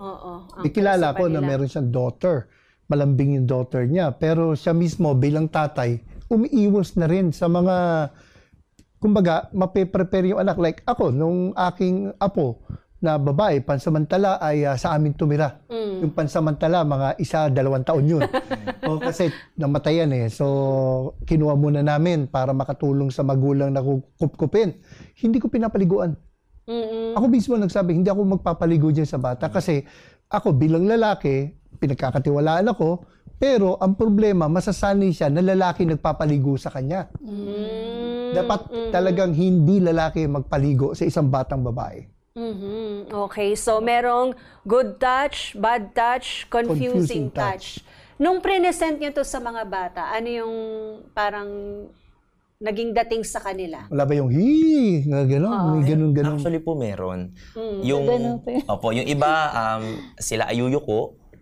At yung iba naman tatakpan nila yung kanilang tenga. Yung iba naman tatakpan nila yung kanilang muka kasi at first hindi sila comfortable na pag-usapan yung mga ganitong bagay. Pero po ang kinaganda po sa material po natin, ang child sexual abuse prevention po kasi ay naturally po malalim na usapin po talaga. At maaari itong makatrigger sa mga bata. Pero dapat magulang ang nagtuturo dyan sa anak. Tama po. Pero sa pamamagitan po ng material po na nabuo natin, ay naging maganda po yung pagtanggap ng mga bata. Sa una po, medyo naiilang silang pag-usapan, pero habang po pinipresenta natin to sa mga bata, meron silang aha moment na, uy, naranasan ko yun uy, ito pala yung dapat. Uy, ganito, ganyan. Actually po, meron tayong portion sa sa programa namin ni Ma'am Amy na pinapabanggit talaga namin sa kanila yung mga pangalan na totoo ng private body parts. Sa una po, medyo naiilang sila. Pero po, kapag naintindihan nila kung bakit kailangan sabihin at kung paano ito makakatulong sa kanila, nagiging maluwag po yung diskusyon namin sa mga small groups. Pagkatapos po ng mismong session, nagiging maganda po yung kinalalabasan po sa mga bata. At saka yung huwag kang papayag na turuan mo yung anak mo na huwag siyang magkaroon ng secret sa kanino man. Yung halimbawa, sabihin ng lala, secret, atin lang to, huwag mo na sabihin sa parents mo, atin lang ito Tama po kayo, Pastor. Yun. yan po yung title po ng ating comic book. Actually, Kuya Sean. Yes, Ate Amy. Kasi yung child sexual abuse, yung materials natin, it's offline and online. So, downloadable to? Ano po, yung content po natin, tinuturuan po natin silang maging safe online sa and offline. online. Yes, Okay. and online. Akala ko ito mismong comic book, downloadable. Hindi pala. Meron tayo about online cyber and physical safety, parang ganon. Cyber Okay. safety. Oo. Kompleto na po tayo dito. Pero talaga dapat, hindi naman talaga dapat ibibigay ng magulang ang cellphone sa bata para tumahimik yan, mag-cellphone ka na. Tama po. Kaya tuloy din nila alam, they're opening the doors, the gate para makapasok ang ganitong mga predators. Magugulat na lang sila, biktima na yung anak nila. Sobrang dali po, Pastor, ng access po ngayon ng mga adult contents para sa mga bata. In fact, part po ng ating content sa Training of Trainers with Ma'am Amy ay tinuturo po natin sa mga magulang kung ano po yung mga application na hindi na nila alam pero alam ng mga bata. At tinuturo din natin sa kanila na alam nyo ba sa ganitong mga website, tinatanong dyan kung ano ang edad bilang security measure. Pero pagkatapos nun, pagkatapos i-click ng bata yun, ma-access din naman po niya yung mga pornographic materials, for example. So, ganun po talaga ka-dangerous ang online. Kapag hindi po magabayan ang mga bata. Okay. Napakabigat ng misyon na binigay sa inyo. Alam ko, may mga panganib din sa inyo dito Ang maganda din, Pastor, kasi hindi lang tayo tumututok sa mga bata. Like last year, ang target natin is 10,000 participants. But nag-exceed tayo into almost 14,000. Nabigyan sila ng awareness. But hindi lang sa mga bata. We do training of trainers. So, ibig sabihin, during our early years, yung mga pastors, bago to sa kanila Yung mga pastors, meron tayong ginagawang training sa kanila. Awareness. During pandemic, ano pa yun? Zoom pa yun, virtual pa yun. Pero, pag hindi sanay na masyadong bastos yan, hindi yan pwede sa ministry, itatago natin to kasi nga church tayo, parang ganon. But nagkaroon sila ng realization na this is really needed in the community and even the churches. Kasi may mga cases na sa loob ng churches, minsan tinatago lang yun. No, kasi church nga. Pero we have training of trainers. Ang sabi doon, kinabukasan, tumawag sa amin. Sabi niya, kinausap ko yung deacon siya ng isang nakasali sa training. Sabi, kinausap niya yung isang nanay doon sa church. Sabi niya, doon sa natutunan namin kahapon na signs of a child that are being abused. Mukhang andun lahat sa anak mo. So, kinausap nung nanay yung anak. Yes po. 8 years old pa lang ako. Nung pandemic, binagahasa na ako ni daddy. Oh. Okay? May mga signs nakita sa pagkilos ng bata. Oo. So, imagine, dumaan lang siya ng training. How to detect a child na Mamaya turo niyo po yan sa amin sa pagbabalik natin. Kailangan. Pero ito muna siguro, kanina pa banggit si Pastor Eric Yes. Saan po ba makukuha itong comic book? Na Huwag Magsikreto. Oo. Kontakin nyo lang po kami. I-reach out nyo lang po kami sa aming email po na nakalagay po dito. Ito po ay... Pwede namang sabihan tayo. Kontakin na lang po kayo. Actually, we are in partnership with Operation Blessing. Okay. Operation Blessing. Sila ang nito, publish. Tayo nang nag-print, tayo ang gumawa ng story. Okay. Tayo rin yung nag-publish. Sila ang nag-fund. Yes. Salamat. At maaaring din naman silang tumawag dito sa DZS. Pero pagka kumukuha sila nito, dapat may pagtuturo si Kuya Sean or pwedeng yung material lang? Pwede naman po. Pwede po namin ipamigay yan sa tingin namin nangangailangan talaga ng malaman yung contents po na ito. Pero sinasama rin po namin talaga siya doon po sa aming pong mga sessions, sa mga outreaches po. Para magabayan din, ma-walk through yung mga bata at yung mga audience po natin sa kung paano nila itatrato yung comic book at kung paano nila lubos na mauunawaan po yung mga laman nito. Maganda nga, di ba, sa Sunday School, nape-present din to, no? Yan ang kailangan nga. Dapat yung ganyan training ay gamitin sa churches. Actually, yung meron tayong isang group, RPG. Nag-request sila ng training and ginagamit na nila ito sa buong Pilipinas na yata sila, di ba?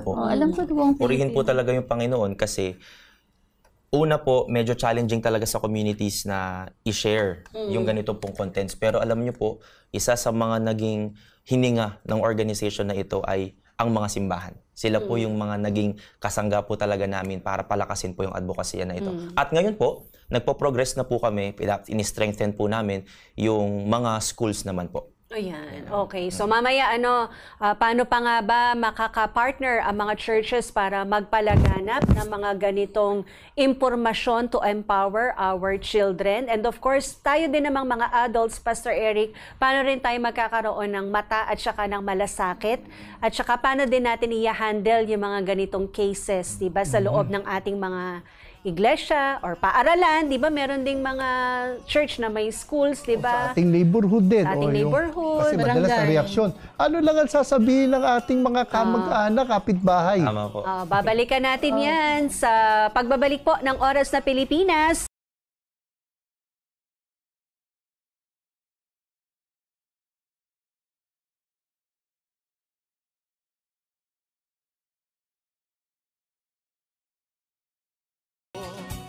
Oras na Pilipinas. Magbabalik ang Oras na Pilipinas. Ako po si Roderick Toloy, tribong Bugalot. Tayo po ay manalangin. Panginoon, nunod ang madamin, midagaw ka, Panginoon, tud oras sa ito. At ikaw kung idalag mo, Panginoon, yung ekonomiya doon bansa min Pilipinas. Nung si kayong uwi, Panginoon, patabot so. Dalangan ko din, Ama, yung nun kumpanya, nun business, nun i-bless mo, Panginoon, ida. Para uwin, on out, Panginoon, on tabot uwi, yung ekonomiya, Panginoon, lugad mi. At dalangin ko, Panginoon, na sana ay uado yung mga foreign investors nun invest, Panginoon, lugad mi. Para mangkawadaan nun, ni mauadon talabako, para di maaway talabako to, Ama, ay mangkawadaan da. Para makadupi man noon uwin bangon Panginoon unsiyakin awat tabot yung ekonomiya to Pilipinas. At ikaw ko mga Panginoon idalag din mo yung mga amin ng economic managers sa Panginoon yung mga akad-idan maibeya para yung amin Panginoon nun pandamdaman da ay idapat da para uwin awat Panginoon yung peso. Panginoon, ito yung gumakon, idalangin di mo ay oras sa ito at manmadawak ng sibagan mo. Panginoon, sa imanalagang magamakon, idalag di mo, pandayok di mo, talayan ko di mo yung mangadan ni Iso. Amen.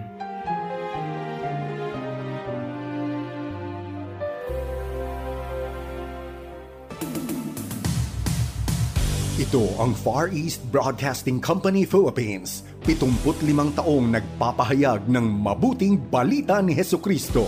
On air, online, at on the ground. FEBC Philippines. Ang bawat tagumpay, Diyos ang nagbigay.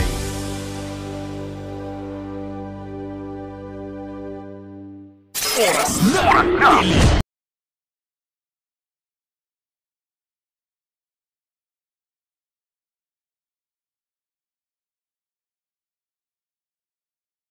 At sabay-sabay po tayong natututo mula po sa ating mga panauhin ngayong araw dito sa Oras na Pilipinas mula sa My Children's House of Hope, si Ma'am Amy Hilamon at saka si Pastor Sean Sambire, ang kanilang Operations Manager at saka Youth Pastor and Advocate, mga kakampi ng mga batang Pinoy. Ayan, mga champions ng ating mga kabataan. Na tinuturuan ng mga batang magsabi ng ayaw at huwag magsikreto. Kanina na pag-usapan natin yung tungkol sa mesibol, ayaw. Oo, gaganon talaga. No, no, no. Titingin ka sa mata nung perpetrator at sasabihin mo, ayaw. Ayaw. And no means no. Yun ang ating dapat tandaan. Kanina na pag-usapan natin yung kahit na yung picture, merong warning na ingat sa pagpo-post ng picture ng mga bata. Anong kinalaman nito sa cybercrime nito? Meron po tayong tinatawag po na advocacy pagdating po sa cyber safety. Ito po ay tumutukoy po sa kaligtasan ng mga bata sa online environment. Ngayon po, sa technological age na meron tayo ngayon, madali nang mag-edit ng mga muka, madali nang maglagay ng ibang muka sa katawan ng ibang tao. At meron po tayo mga instances internationally na ang ginagawa po sa mga bata ay yung mga muka ng mga bata na nasa Facebook, nasa social media, ito po ay ini-edit o kinukuha ng mga offenders or perpetrators at nilalagay po nila ito sa mga katawan ng mga tao na gumagawa ng mga sexual na aktibidad. At sa pamamagitan po nito, naaabuso po yung mga bata. Meron din naman po, kaya binibigyan tayo ng guidance dito rin sa Pilipinas na huwag basta-basta mag-post ng muka at mga picture ng mga anak po natin dahil po kailangan po maging aware ang mga magulang na baka yung picture na ina-upload nila ay kita pala yung mga ilang parte ng bahagi ng katawan ng bata na hindi dapat makita. Or minsan kahit kilikili lang. Kahit kilikili lang po. May mga tinatawag tayo, Pastor, na fetishes sa mga perpetrators po. At ito po ay pwedeng maging ang sanhi ng kanilang sexual gratification ay sa daliri ng isang bata, sa kilikili, sa paa. Yan po ay pwedeng maging panggalingan ng fulfillment sexually ng mga perpetrators po natin. Pervert talaga, no? Pervert. Yung nangyayari sa may mga balita tayo na mismong yung mga magulang pinipicturean yung kanilang anak o nagsiset up sila ng parang camera, zoom. Nagsushow. At pinagsushow yung bata. Yun ay kasama sa dapat hindi payagan ng bata. Tama po. Kasama po sa itinuturo po natin sa ating mga outages at sa mga sessions po natin sa Child Sexual Abuse Prevention ay dapat po matutunan ng bata magsabi ng ayoko kapag po may mga ganitong klaseng instances dahil hindi na lang po ito abuse eh. Ito po ay tumutukoy na sa exploitasyon sa mga bata. At iba pang krimen yun, mabigat iba pa din pong yun. krimen yun. Parang child trafficking. Yes. At yung bata, paano kung sabihin ng magulang, dyan tayo kumukuha ng baon mo. Ano na ang pwedeng intervention na gawin? Dahil sabi, nandun na yung lolo't lola sana sa isa sa mga daliri, kaso hindi sila mismo ang perpetrator. Sobrang krimen. Ikaw yung ano. Yes po. Actually po, mainit na usapin po talaga ito. Kasi ang dilema po talaga natin bilang mga concerned citizens, mga organizations na talagang gustong tulungan yung mga bata, paano kapag yung mga magulang or yung mga relatives ayaw tulungan yung bata na maging ligtas? So ito po yung pinaka-problema po na kailangan masolusyonan. Kaya po, ang mga solusyon po natin dyan, una, kailangan po talaga magkaroon ng mga capacitated, mga skillful, or at least knowledgeable po na mga tao sa paligid na pwedeng mag-identify, yan sa bahay na yan may nangyayari. Baka pwede nating tignan o pwede nating silipin. At yung sinabi nyo kanina, merong mga palatandaan na isang bata ay inaabuso. Ano yung mga palatandaan na yun? Meron po tayong, madami po tayong palatandaan. Pero po, gusto ko po siguro magbanggit ng 3 sa mga pwedeng palatandaan po. Yes. Halata. Una po na palatandaan ay yung isang bata po, dati, siya ay okay lang naman makasama niya yung isang tao na yon. Kadalasan po sa atin, sa mga single mothers, iniiwan natin yung mga anak natin sa mga relatives kapag tayo po ay nagtatrabaho.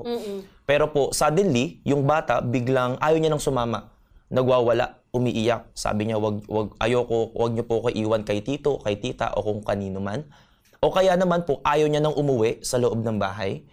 Yun po pala, dahil nangyayari po sa loob ng bahay o sa mga relatives, yung abuso na hindi niya dapat nararanasan. So kung may bigla pong pag-iwas ang bata, sudden change of behavior, or yung mga kagustuhan niya na okay naman dapat sa kanya ito, masaya naman sila dapat ng kanyang relatives, nagbabanding naman sila, pero suddenly po biglang nagkaroon ng pagbabago sa ganong klaseng relasyon, pwede po natin i-consider po yun na sign. Hindi po automatically na abuso ang bata, pero senyales na naabuso. Mabuti ng pansinin at magkamali kaysa hindi pinansin at totoo pala. Totoo po.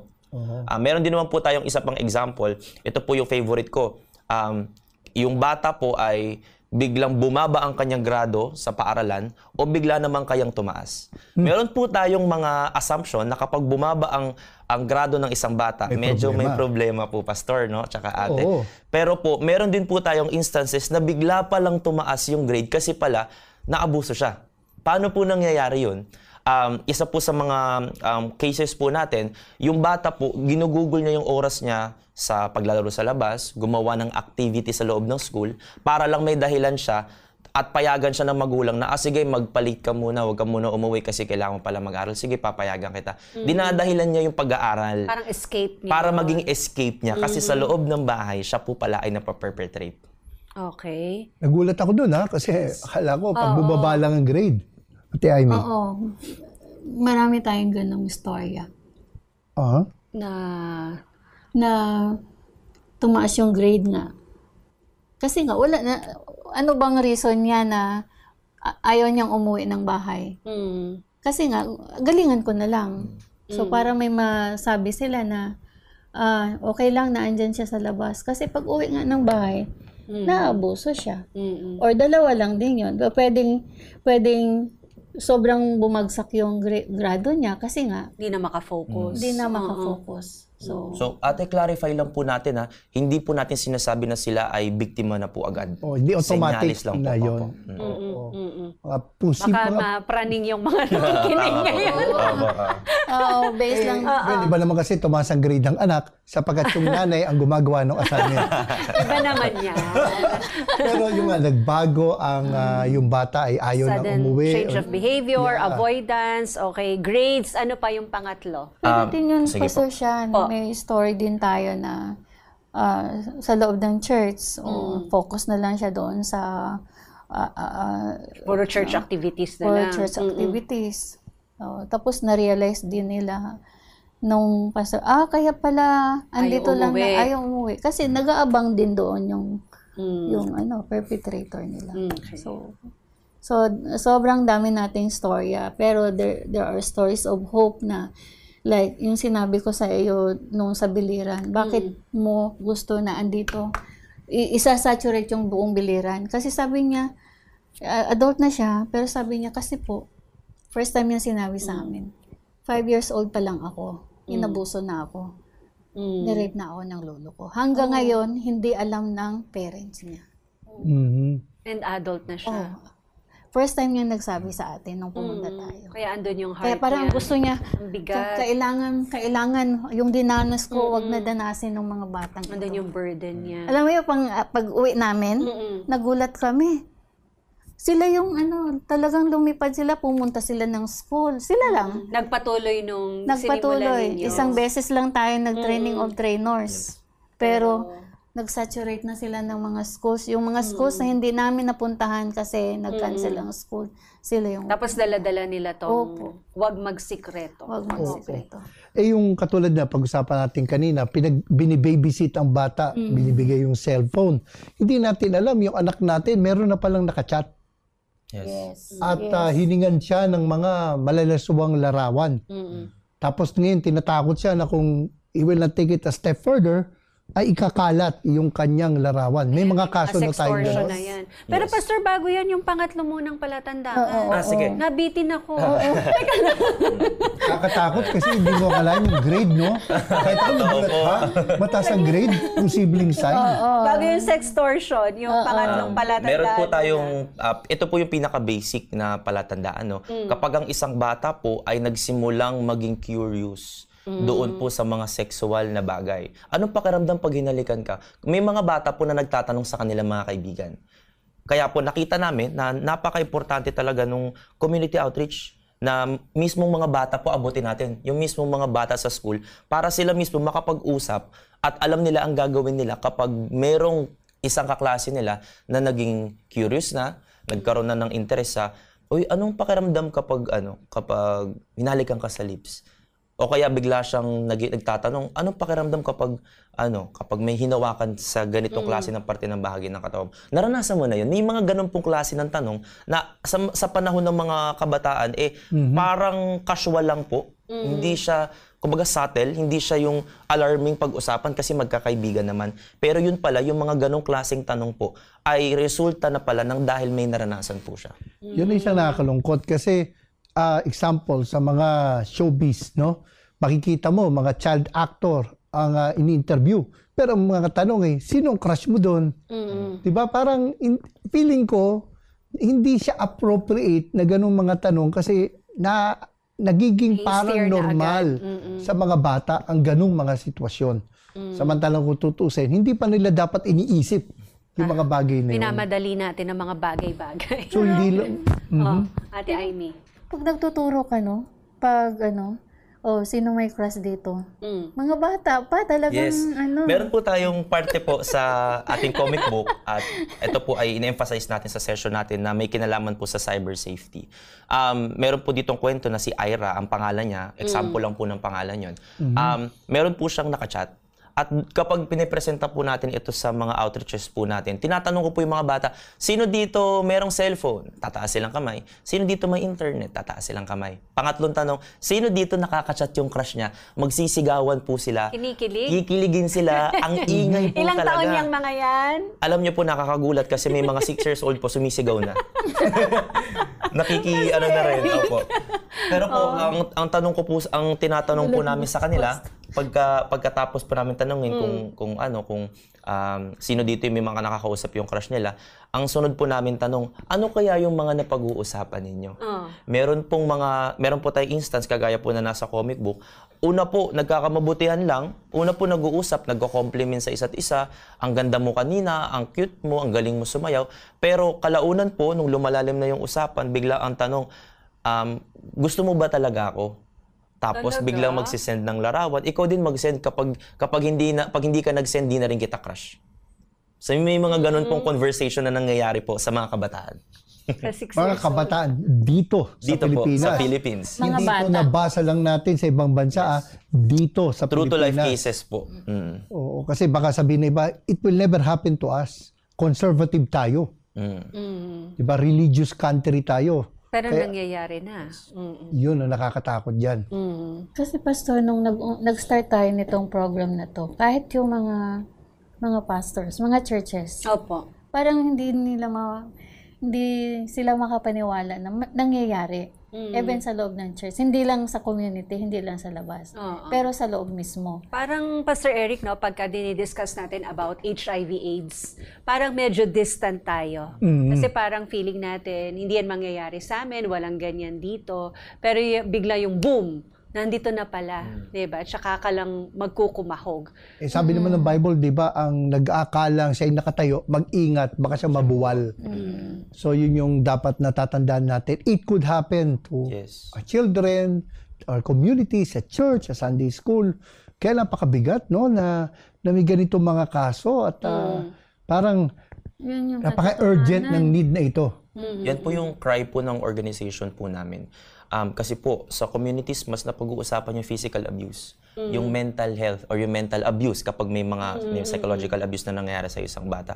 Pero po, kapag pinag-usapan ng sexual abuse, medyo parang, hindi naman yan significant. Pero kung titignan po natin ang results, napakalayo po ng disparity o ng kaibahan, ng distansya po, ng resulta ng cases ng physical abuse sa sexual abuse. Sobrang laki po ng itinaas ng sexual abuse, lalo na nung nag-pandemic.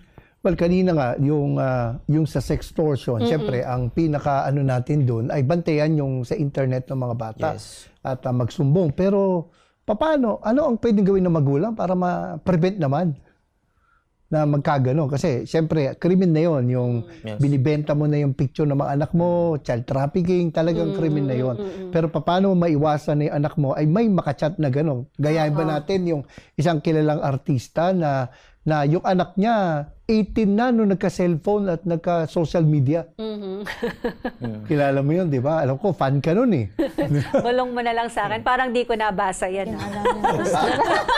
Pareho kami ni Ate Ivy. Ikaw napaka-updated mo. Ikaw talaga. Hindi, pero totoo na 18 years old na. Nung nagka-cellphone.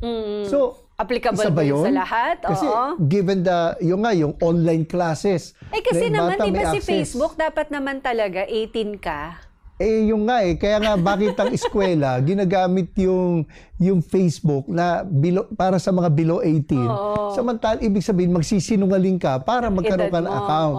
Diba? Mayroon mang Google Meet at iba pang pang-eskwela. So paano yun? So do you suggest ba na wag bigyan ng cellphone yung bata? Yun lang tumatahimik yung anak ko eh.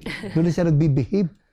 Meron po tayong tinatawag po ng mga needs at saka wants, di ba? Alam po natin yan sa mga households natin. At noong nag-pandemic po, naging kasama sa necessities po natin ay yung cellphone dahil nga po parang ang dating sa bansa natin or sa communities natin, parang wala na tayong choice kundi mag-aral through phone, online. So naging kasama po siya sa mga pangangailangan po ng mga bata for a period of time hanggang ngayon po. So kung sa mensahe po or sa gusto namin ituro patungkol po sa kung paano i-handle ng mga magulang yung kanilang mga bata. Kung meron po tayong mga guidelines sa kung paano ingatan ang mga bata sa mga pwedeng kumausap sa kanila offline, meron din naman po sa online. At isa po sa mga guideline po natin, yung reaksyon po ng mga magulang ay bantayan po natin para ma-establish yung relasyon. Ano pong ibig sabihin nun? Kapag po ang bata nag-open up sa isang nanay, ang kadalasan pong, lalo na kung problema ito online, ang kadalasan pong reaksyon ng mga magulang, kasi ganito para pong napapagalitan agad yung mga anak. So, yun po yung reaksyon kadalasan ng mga adults pagdating po Kaka-cellphone mo yan Yes, kaka-cellphone mo yan So, may mga ganun pong klaseng reaksyon. At isa po ito sa mga medyo tinitweak lang po natin para po makita ng mga bata na, si nanay nakikinig sa akin. Si tatay, pinaniniwalaan ako. At kapag ma-establish po natin yung ganung relationship sa loob po ng household, lalo na po kung Christ-centered relationship, kasi po mas ramdam nila yung pagmamahal ng Panginoon sa loob ng pamilya, mas magiging open po sila at hindi sila matatakot na magsabi kasi po alam nila at nagtitiwala sila na instead na pagalitan sila, tutulungan sila at paniniwalaan sila. Yung kunin mo lahat ng password nila para alam mo rin i-access. Pwede ba yun? Maganda Kaya by bang 10 p.m. patay na yung wifi. Actually po, maganda po yung tanong na yan. Yan po yung tanong ng mga sa communities po talaga.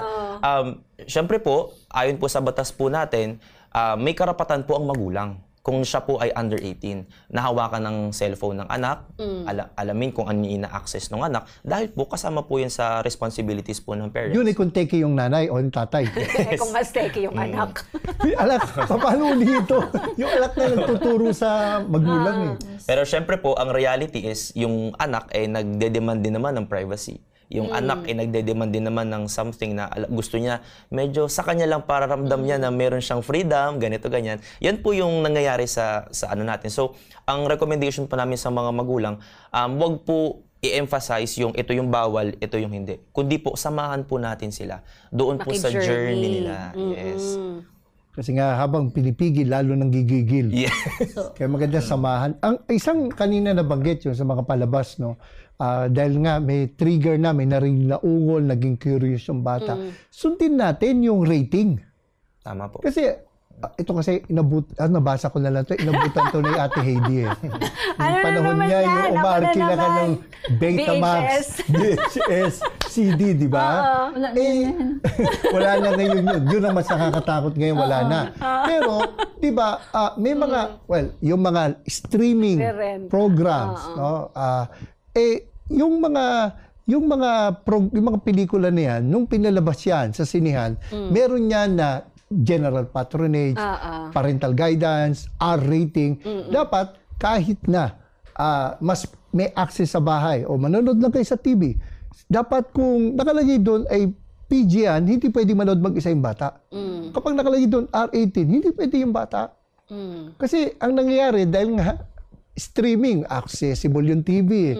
Di ba? Parang, baya mo na, may isip naman yung batang yan. Hindi, mahirap No? Sa bahay namin, ginawa namin yung sinunod namin. Saka pag yung mga first few minutes, yung mura, kasi dati, bihira yun Ngayon para pag tinanggal mo yung mga mura, wala ka na marinig na dialogue. Dati, beep, isa, dalawa. Ngayon, beep, beep, beep, beep. Para nanonood ka ng busina. So, pag ganon, first minute pa lang, nakita mo na, umpisa pa lang, may violence na, may mura na, may questionable scene na. You really have to watch it. Dapat po talaga, kasama po sa parenting ng mga magulang ay alamin talaga nila bago nila ipanood sa mga bata.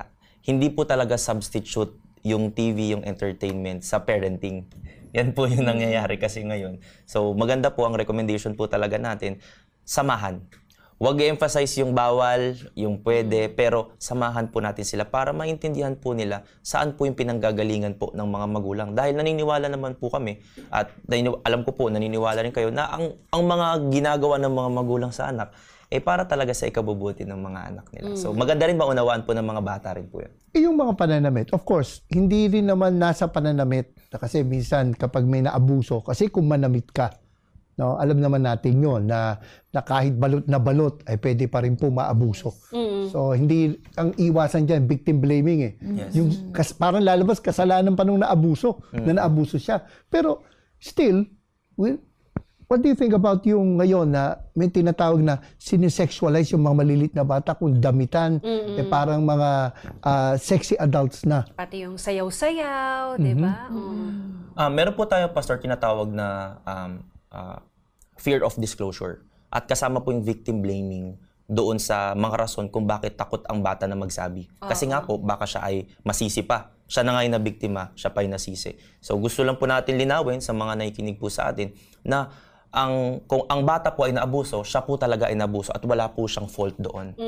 Pero syempre po, tinuturo rin po natin dahil nga po prevention po tayo, magtuturo rin po tayo ng some sort of wisdom sa mga magulang at sa mga bata na kung alam natin na medyo malubak dyan sa daanan po na yan, maghanda po tayo ng nararapat na kagamitan para po makadaan tayo ng maayos sa daanan po na yan. Hindi na mabutasan ng gulong. Tama po ba? So, ganun po yung recommendation po namin. Maganda po na hindi sila magsuot ng revealing clothes. Hindi kasi, pag anak ng babae, although wala ko anak ng babae, puro lalaki anak ko, pero may mga naririnig ako, kasi yung anak kong babae, ang sarap-sarap gamitan ng anak na babae. Pero dapat, piliin din nila yung binibili nilang damit. Age appropriate.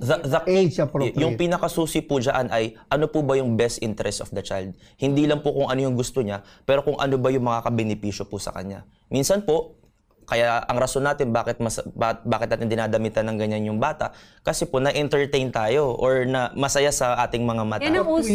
Yun ang suot ng nana, yun ang suot ng anak. Pero ang tanong po kasi, ano ba at the end of the day yung makakabuti para sa bata?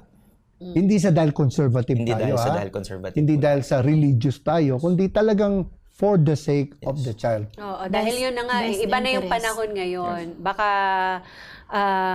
magamit nga ng ibang tao sa hindi magandang bagay. Even po sa mga most liberated countries. Yan din po ang rule of thumb pagdating po sa child protection. Okay.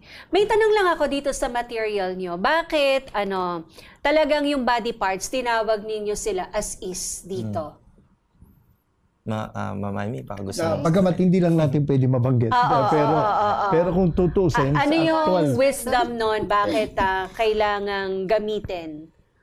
Siguro po, para maganda siyang mapag-usapan, ikikwento ko po yung isang example na ginagamit namin doon sa presentation po namin sa mga communities. Ang kwento po na ito ay merong isang bata, siya po ay elementary student, babae, at sa wakas po, siya ay nagsumbong sa kanyang nanay. Sabi po niya, Mama, si teacher po kasi sinira yung sunflower ko. Sunflower ang code niya. Sunflower ang code niya dahil nahihiya po siya na sabihin yung tamang pagtawag sa kanyang private part. So, ganun din po yung reality sa loob ng communities po natin. Nahihiya tayong banggitin dahil feeling natin bastos, masama. Sa body part ng lalaki, bird, ganyan ang tinatawag natin. O kaya, eggplant, ganyan. Or iba't iba pang mga pagkain o mga lugar. Yan. So, yan po yung nangyari po doon sa bata po na yun. Sabi niya, Mama, sinira po ni teacher yung sunflower ko, nanginginig pa siya. Ngayon po, dahil nahiya siyang magsabi nung kanyang, ng proper term ng kanyang private part, yung mama hindi naintindihan. At ang sabi ng mama, okay lang yan anak. Tutubo pa naman ulit ang mga sunflower, tsaka pwede naman tayo bumili ng bago. Oh no. Dahil po doon, hindi po nakakuha ng tamang suporta, tulong at intervention yung bata. At siya po ay naabuso for another 7 years. 7 years? Ng same perpetrator. Dahil lang po nahiya siya nagsabi, kasi po hindi proper term. Kaya nagkaroon ng onting confusion dahil doon hindi naintindihan ng magulang. At yun po yung ayaw po natin mangyari. Na dahil well-meaning naman yung parents na tulungan talaga, pero dahil sa hindi direct na pagtawag ng proper terms, mas lalo pong napapahamak ang mga bata. Makakashock, no? Parang I'm at a loss with words sa ganong sitwasyon. Pero at the end, Kuya Sean, di ba, tinuturo mo na, na dapat yung direct terms ang tawag doon. So, bakit sila nababastusan? Di ba? Yeah. Like ang kamay, saan ba ginagamit to? So, Yes. Pag tinuturo po namin sa kanila o binabanggit namin yung mga proper terms, ang ini-explain po natin sa kanila ay kaya feeling natin bastos kasi yun yung naririnig lang po natin. Yun yung yun yung reaksyon ng mga nasa paligid natin. Pero ang sinasabi po namin sa kanila, ang kamay ba bigay ng Diyos?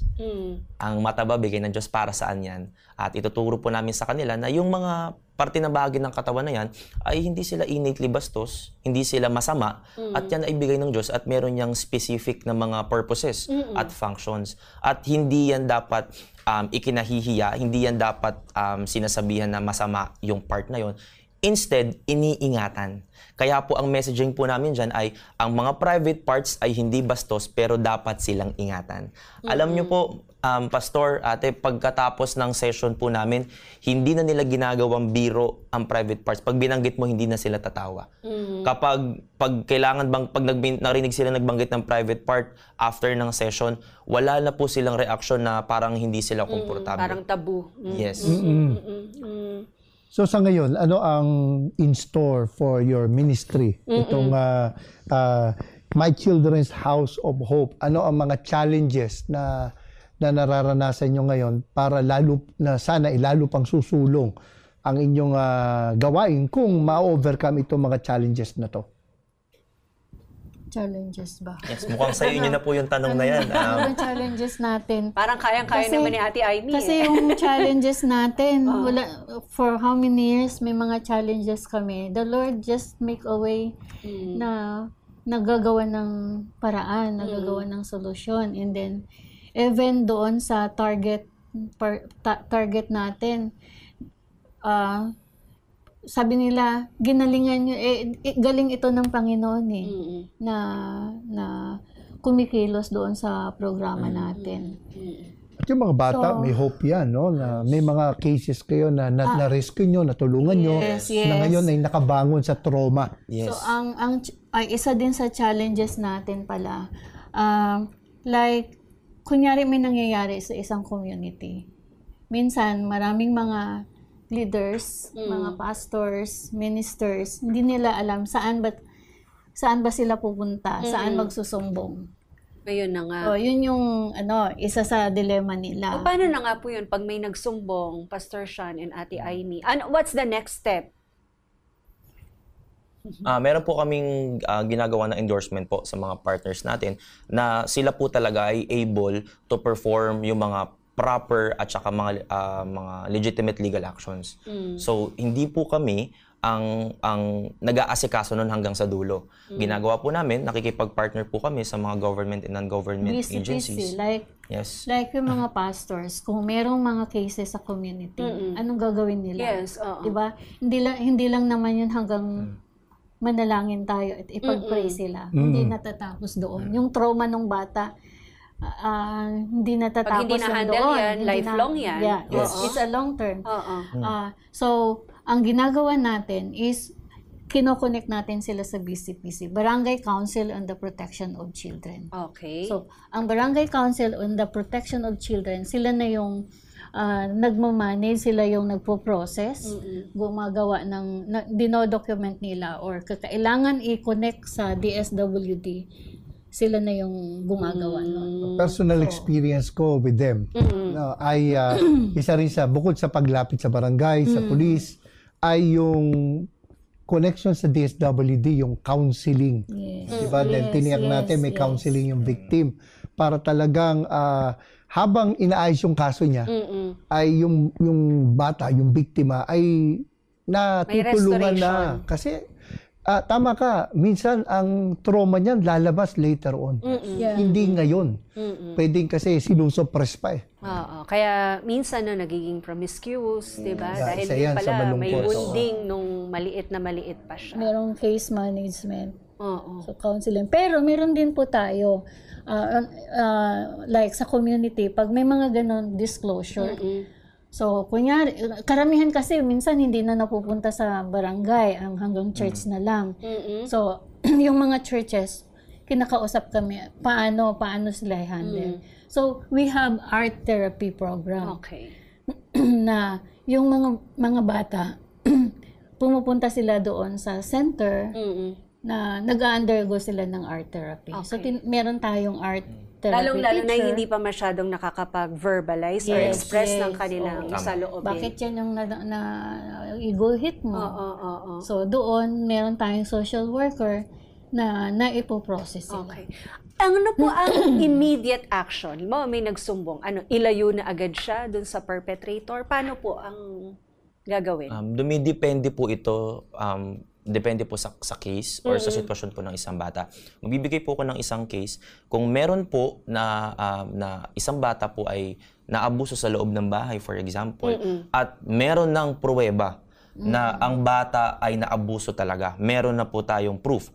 So, hindi po agad natin ito, as ready na po damputin yung perpetrator sa loob ng bahay, hindi po agad natin inaalis ang bata o pinapasabi sa pamilya. Kasi makakatunog. Kasi makakatunog at pwedeng umalis. May ganung case po tayo na ang ginagawa natin, bigla nating gugulatin yung perpetrator at doon na po dadakpin at yung bata, ipaprocess na po natin siya. So, pwede po nating, kung safe, napatunayan na safe sa loob ng bahay, pwede po siyang manatili doon at mag-undergo po ng mga, for example, art therapy or yung mga process po na ginagawa natin. O kung hindi naman po siya safe sa loob ng bahay, hinahanapan po natin siya ng partner shelters, na mga pwede pong mga organized groups na pwedeng tumulong po. Direkta sa BCPC. Yes, dinidiretso rin natin sa on the Protection of Children. So, ang Barangay Council on the Protection of Children pwedeng dumiretso na sa DSWD. Then, may mga cases na meron na kaming kilalang shelter. Kakausapin namin yung shelter na andun na yung bata sa DSWD, pwede bang tanggapin nyo? Parang ganon. So, just to protect. But we have to remember, this is a ministry opportunity sa churches. Yes. Para na pag-uusapan natin na minsan tayo mga Christian, lutang. No? Heavenly minded but no earthly good. Kaya dapat saya din tayo sa lupa. Let us not deny what's happening in our community. Yes. And we need ministries like this. Kailangan natin ng ganito mga gawain maging sa ating iglesia. So kung dadalhin po to sa church, sabi niyo kanina, around 2 hours, tama po ba yung seminar? Or kapag kami po ang mag-handle at magkakaroon po ng proper session with our organization, 2 hours po ang pwede pa natin i-conduct minimum. Maximum na po yun, ma'am. Maximum na po yun. Pero kapag naturuan po natin yung mga Sunday school teachers po natin, pwede po nila ito gawing parang series. For example, itong mga scenarios muna or itong lesson muna. So, pwede po nilang hati-hatiin sa loob ng mga ilang linggo o sa loob ng isang buwan para po matutunan, ma-feed po ito sa mga bata. Para talagang practical. Very practical po. Pastor, magte-testimony lang po ako. Meron po kaming naging partner. Ito po ay galing sa connection po ni Ma'am Amy. Isa po siyang pastor na wala pa silang church. At nakapag-conduct po kami sa isang covered court sa community po nila. Sobrang daming bata. Nagulat po kami. Nagpasalamat po siya. Lumapit po siya sa organization. Binalikan kami. Naging simbahan na po yung community po na yun. Yung community outreach na yun. Nagsimula po sa mga bata at praise the Lord po dahil ngayon po, isa na po siya talagang congregation. Yung mga magulang ng mga bata, nandoon na rin. Yung mga kapatid ng mga bata, nandoon na rin. Naka 1 year na sila. At naka 1 year na po sila. In-invite nila kami nung nag 1 year anniversary sila. Yeah. And last lang po na pahabol, kung mapapansin po ninyo sa yung kamay, meron po kaming itinuturo dito na 5 trusted adults. Sa dulo po nito, ginagamit po talaga namin siya for gospel proclamation. At pinapakilala natin si Jesus Christ. At sa dulo po ng slide na ito, magkakaroon po bigla dyan ng nail. At ang explanation po namin dyan, sa 5 pwede mo pagkatiwalaan, hindi sa lahat ng oras nandyan po sila eh. Pero meron laging nandyan para sa'yo. Nagmamahal. Handa kang iligtas. Di ba? Ayaw ka mapahamak. At lagi mong pwedeng kausapin, pwedeng sumbungan. Diba? So, si Jesus Christ, lagi po nandyan sa palad po na yan. At pwede po nila yung maalala sa tuwing maalala nila yung 5 trusted adults. Si Jesus, ang galing. Actually, kanina nung binabrowse ko nga to, hindi nga lang yung sila yung hahawakan, ano? Yung ipapatouch din nung adult, yung private part, yon. Ano ulit, ate, ang mostra natin? Tumingin sa mata. Tumingin sa mata. At sabihin, hindi pwede. Hindi pwede. O kaya, ayoko. Ayoko. Parang Yan. anong sabi mo? Yung parang... Yung iba po kasi kapag sa presentation po namin, pinapagawa po talaga namin ito sa mga bata, Pastor. Opo. Ang rason po doon kasi po, yung kapag natutunan nila ito at hindi nila na-familiarize yung pakiramdam, kapag po nandun na sila sa kalagayan, maninigas sila, mahihiya sila. Yung may tinitigan sa loob ng jeep na isang estudyante na babae, tapos dahan-dahan hinahawakan yung kanyang tagiliran, hindi po siya makapagsalita. Pero po, sa pamamagitan po ng pag-practice talaga sa mga bata ng pagsabi ng ayoko, pagtayo ng matapang, pagtingin ng matapang doon sa perpetrator at pagsigaw ng malakas na ayoko, yun po ay talagang pwede pong makapagligtas po effective ng isang bata. Opo. Hindi siya tumitigil eh. Ay, mahina lang yun. Hindi naman pwede pag mag-ayoko. Gaganon ka Hanggat may medyo malamya or medyo nahihiya, hindi ako titigil. Kasi kailangan talaga nilang maintindihan. Full force talaga. Ayoko. Kasi makita rin nila, they can say no. Yes. Hindi sila biktima. Hindi sila papayag na mabiktima pa sila. Kundi sila pwedeng lumaban sa nang bibiktima sa kanila. At saka, Pastor, may isa pa pong benefit po yun. Hindi lang para mo-communicate ng bata yung sa perpetrator niya o sa possible perpetrator niya, na ayaw niya, kundi po, pwede siyang makahingi po ng tulong sa mga nasa paligid niya. Malaman na siya ay nasa danger at ayaw niya yung nangyayari sa kanya. Okay.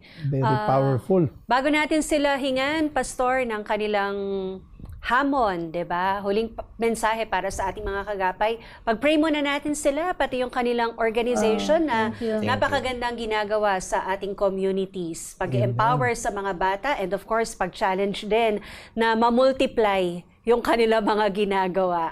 Sige, Pastor, let's Ako pray. mismo ay saksi sa effectiveness ng kanilang ginagawa. Tayo po'y manalangin. Panginoon, marami pong salamat sa pagkakataon na ito. Naming matalakay isang napakahalagang paksa upang maingatan namin ang aming mga anak, ang mga bata na sila po ay maabuso. Salamat po sa gawain ng My Children's House of Hope at ang panalangin po namin that you would continue to expand their borders and that your hand would be upon them. Patuloy niyong bigyan ng wisdom sina Sister Amy, Pastor Sean, ang buong team upang sa kanilang bawat hakbang, ito ay sa ikasusulong pa na mas marami pa pong mga bata, mga pamilya ang kanilang mga ma-empower upang hindi po mamayani ang ganitong mga masasamang kalakaran sa pamilya po na napakalaga sa inyong paningin. Purihin po kayo. Salamat sa malayang talakayan na amin pong na-enjoy ngayong araw na ito. Sa pangalan ng aming Panginoong Hesus. Amen. Amen. Thank you po. Ano na lang po ang inyong huling mensahe or hamon para sa ating mga kaagapay? Ladies first na. Yes, ladies first. Si Ate Amy. Ano bang hamon? Doon sa Psalm 127 verse 3, the children are a gift from the Lord. They are a reward. So if they are a gift, if they are a reward for everyone, dapat talaga silang ingatan. They should be protected at ibigay sa kanila yung tamang protection na sila ay lalaki at na nasa safe environment. So they should be given hope. Sabi ng Panginoon na there is hope for these children. They are our future leaders na pwede din silang, yung mga bata na to ay pwede din gagamitin to save other children. Tama. So ang challenge for everyone, be an advocate. Pwedeng ikaw, pwedeng tayong lahat ay tutugon sa tawag ng Panginoon. This is God's mandate for us na magpagamit tayo para yung mga bata na nakapalibot ay maliligtas din.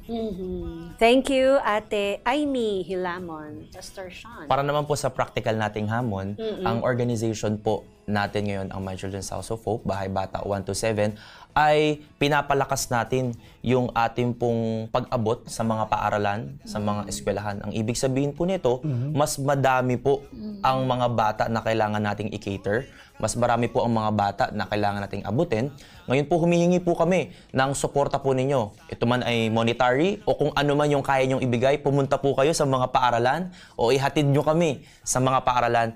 Ma-appreciate po namin ito. Ang mahalaga po, maabot po natin ang mga bata para po sila ay mabigyan ng kaalaman kung paano nila protektahan ang kanilang mga sarili. Maraming salamat po. Thank you, Pastor Sean. Ang Facebook page ng inyong organisasyon? Yes. Ang Facebook page po namin ay My Children's House of Hope, Bahay Bata 1-7. Kulay blue po ang aming profile picture sa Facebook. Ayan, mabuhay po kayo si Pastor Sean Sambire, Youth Pastor and Advocate ng My Children's House of Hope. At nakasama din natin si Ma'am Imelda, si Ate Aimee Hilamon, ang kanilang Operations Manager.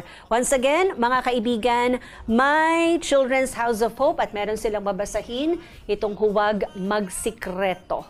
Okay, Pastor, ano ang take-away natin sa ating talakayan ngayon? Hindi natin dapat i-deny na may ganito nangyayari. Huwag nating isipin na it cannot happen to us. It will not happen to us. Wag na natin ding hintayin na may mangyari bago tayo makibahagi sa ganito mga gawain. At kung may mga ganyan na ring pangyayari, huwag magsikreto, dumulog sa mga tamang tao at ayusin po ito at harapin natin ng may pagmamahal, makidama tayo dun sa bata at tulungan natin siya na makabangon mula dito sa ganitong klase po ng pang-aabuso. Thank you sa ating mga nakasama sa makabuluhang talakayan na ito ng Oras na Pilipinas. Thank you kay Phil, thank you din kay Wen, salamat din sa ating ProdTech. Thank you din kay Brian sa ating engineering at Bukawi Tech people. Stay safe kaagapay at kami naman po ang inyong mga nakasama, Heidi Bernardo Sampang at Pastor Eric Cortez na nagpapaalalang pinagpala ang bayan na ang Diyos ay ang Panginoon. Ang bawat bata sa ating mundo ay may pangalan, may karapatan, tumatanda ngunit bata pa rin ang bawat tao sa ating mundo. Hayaan mong maglaro ang bata sa araw. Kapag umulan, Oras na Pilipinas.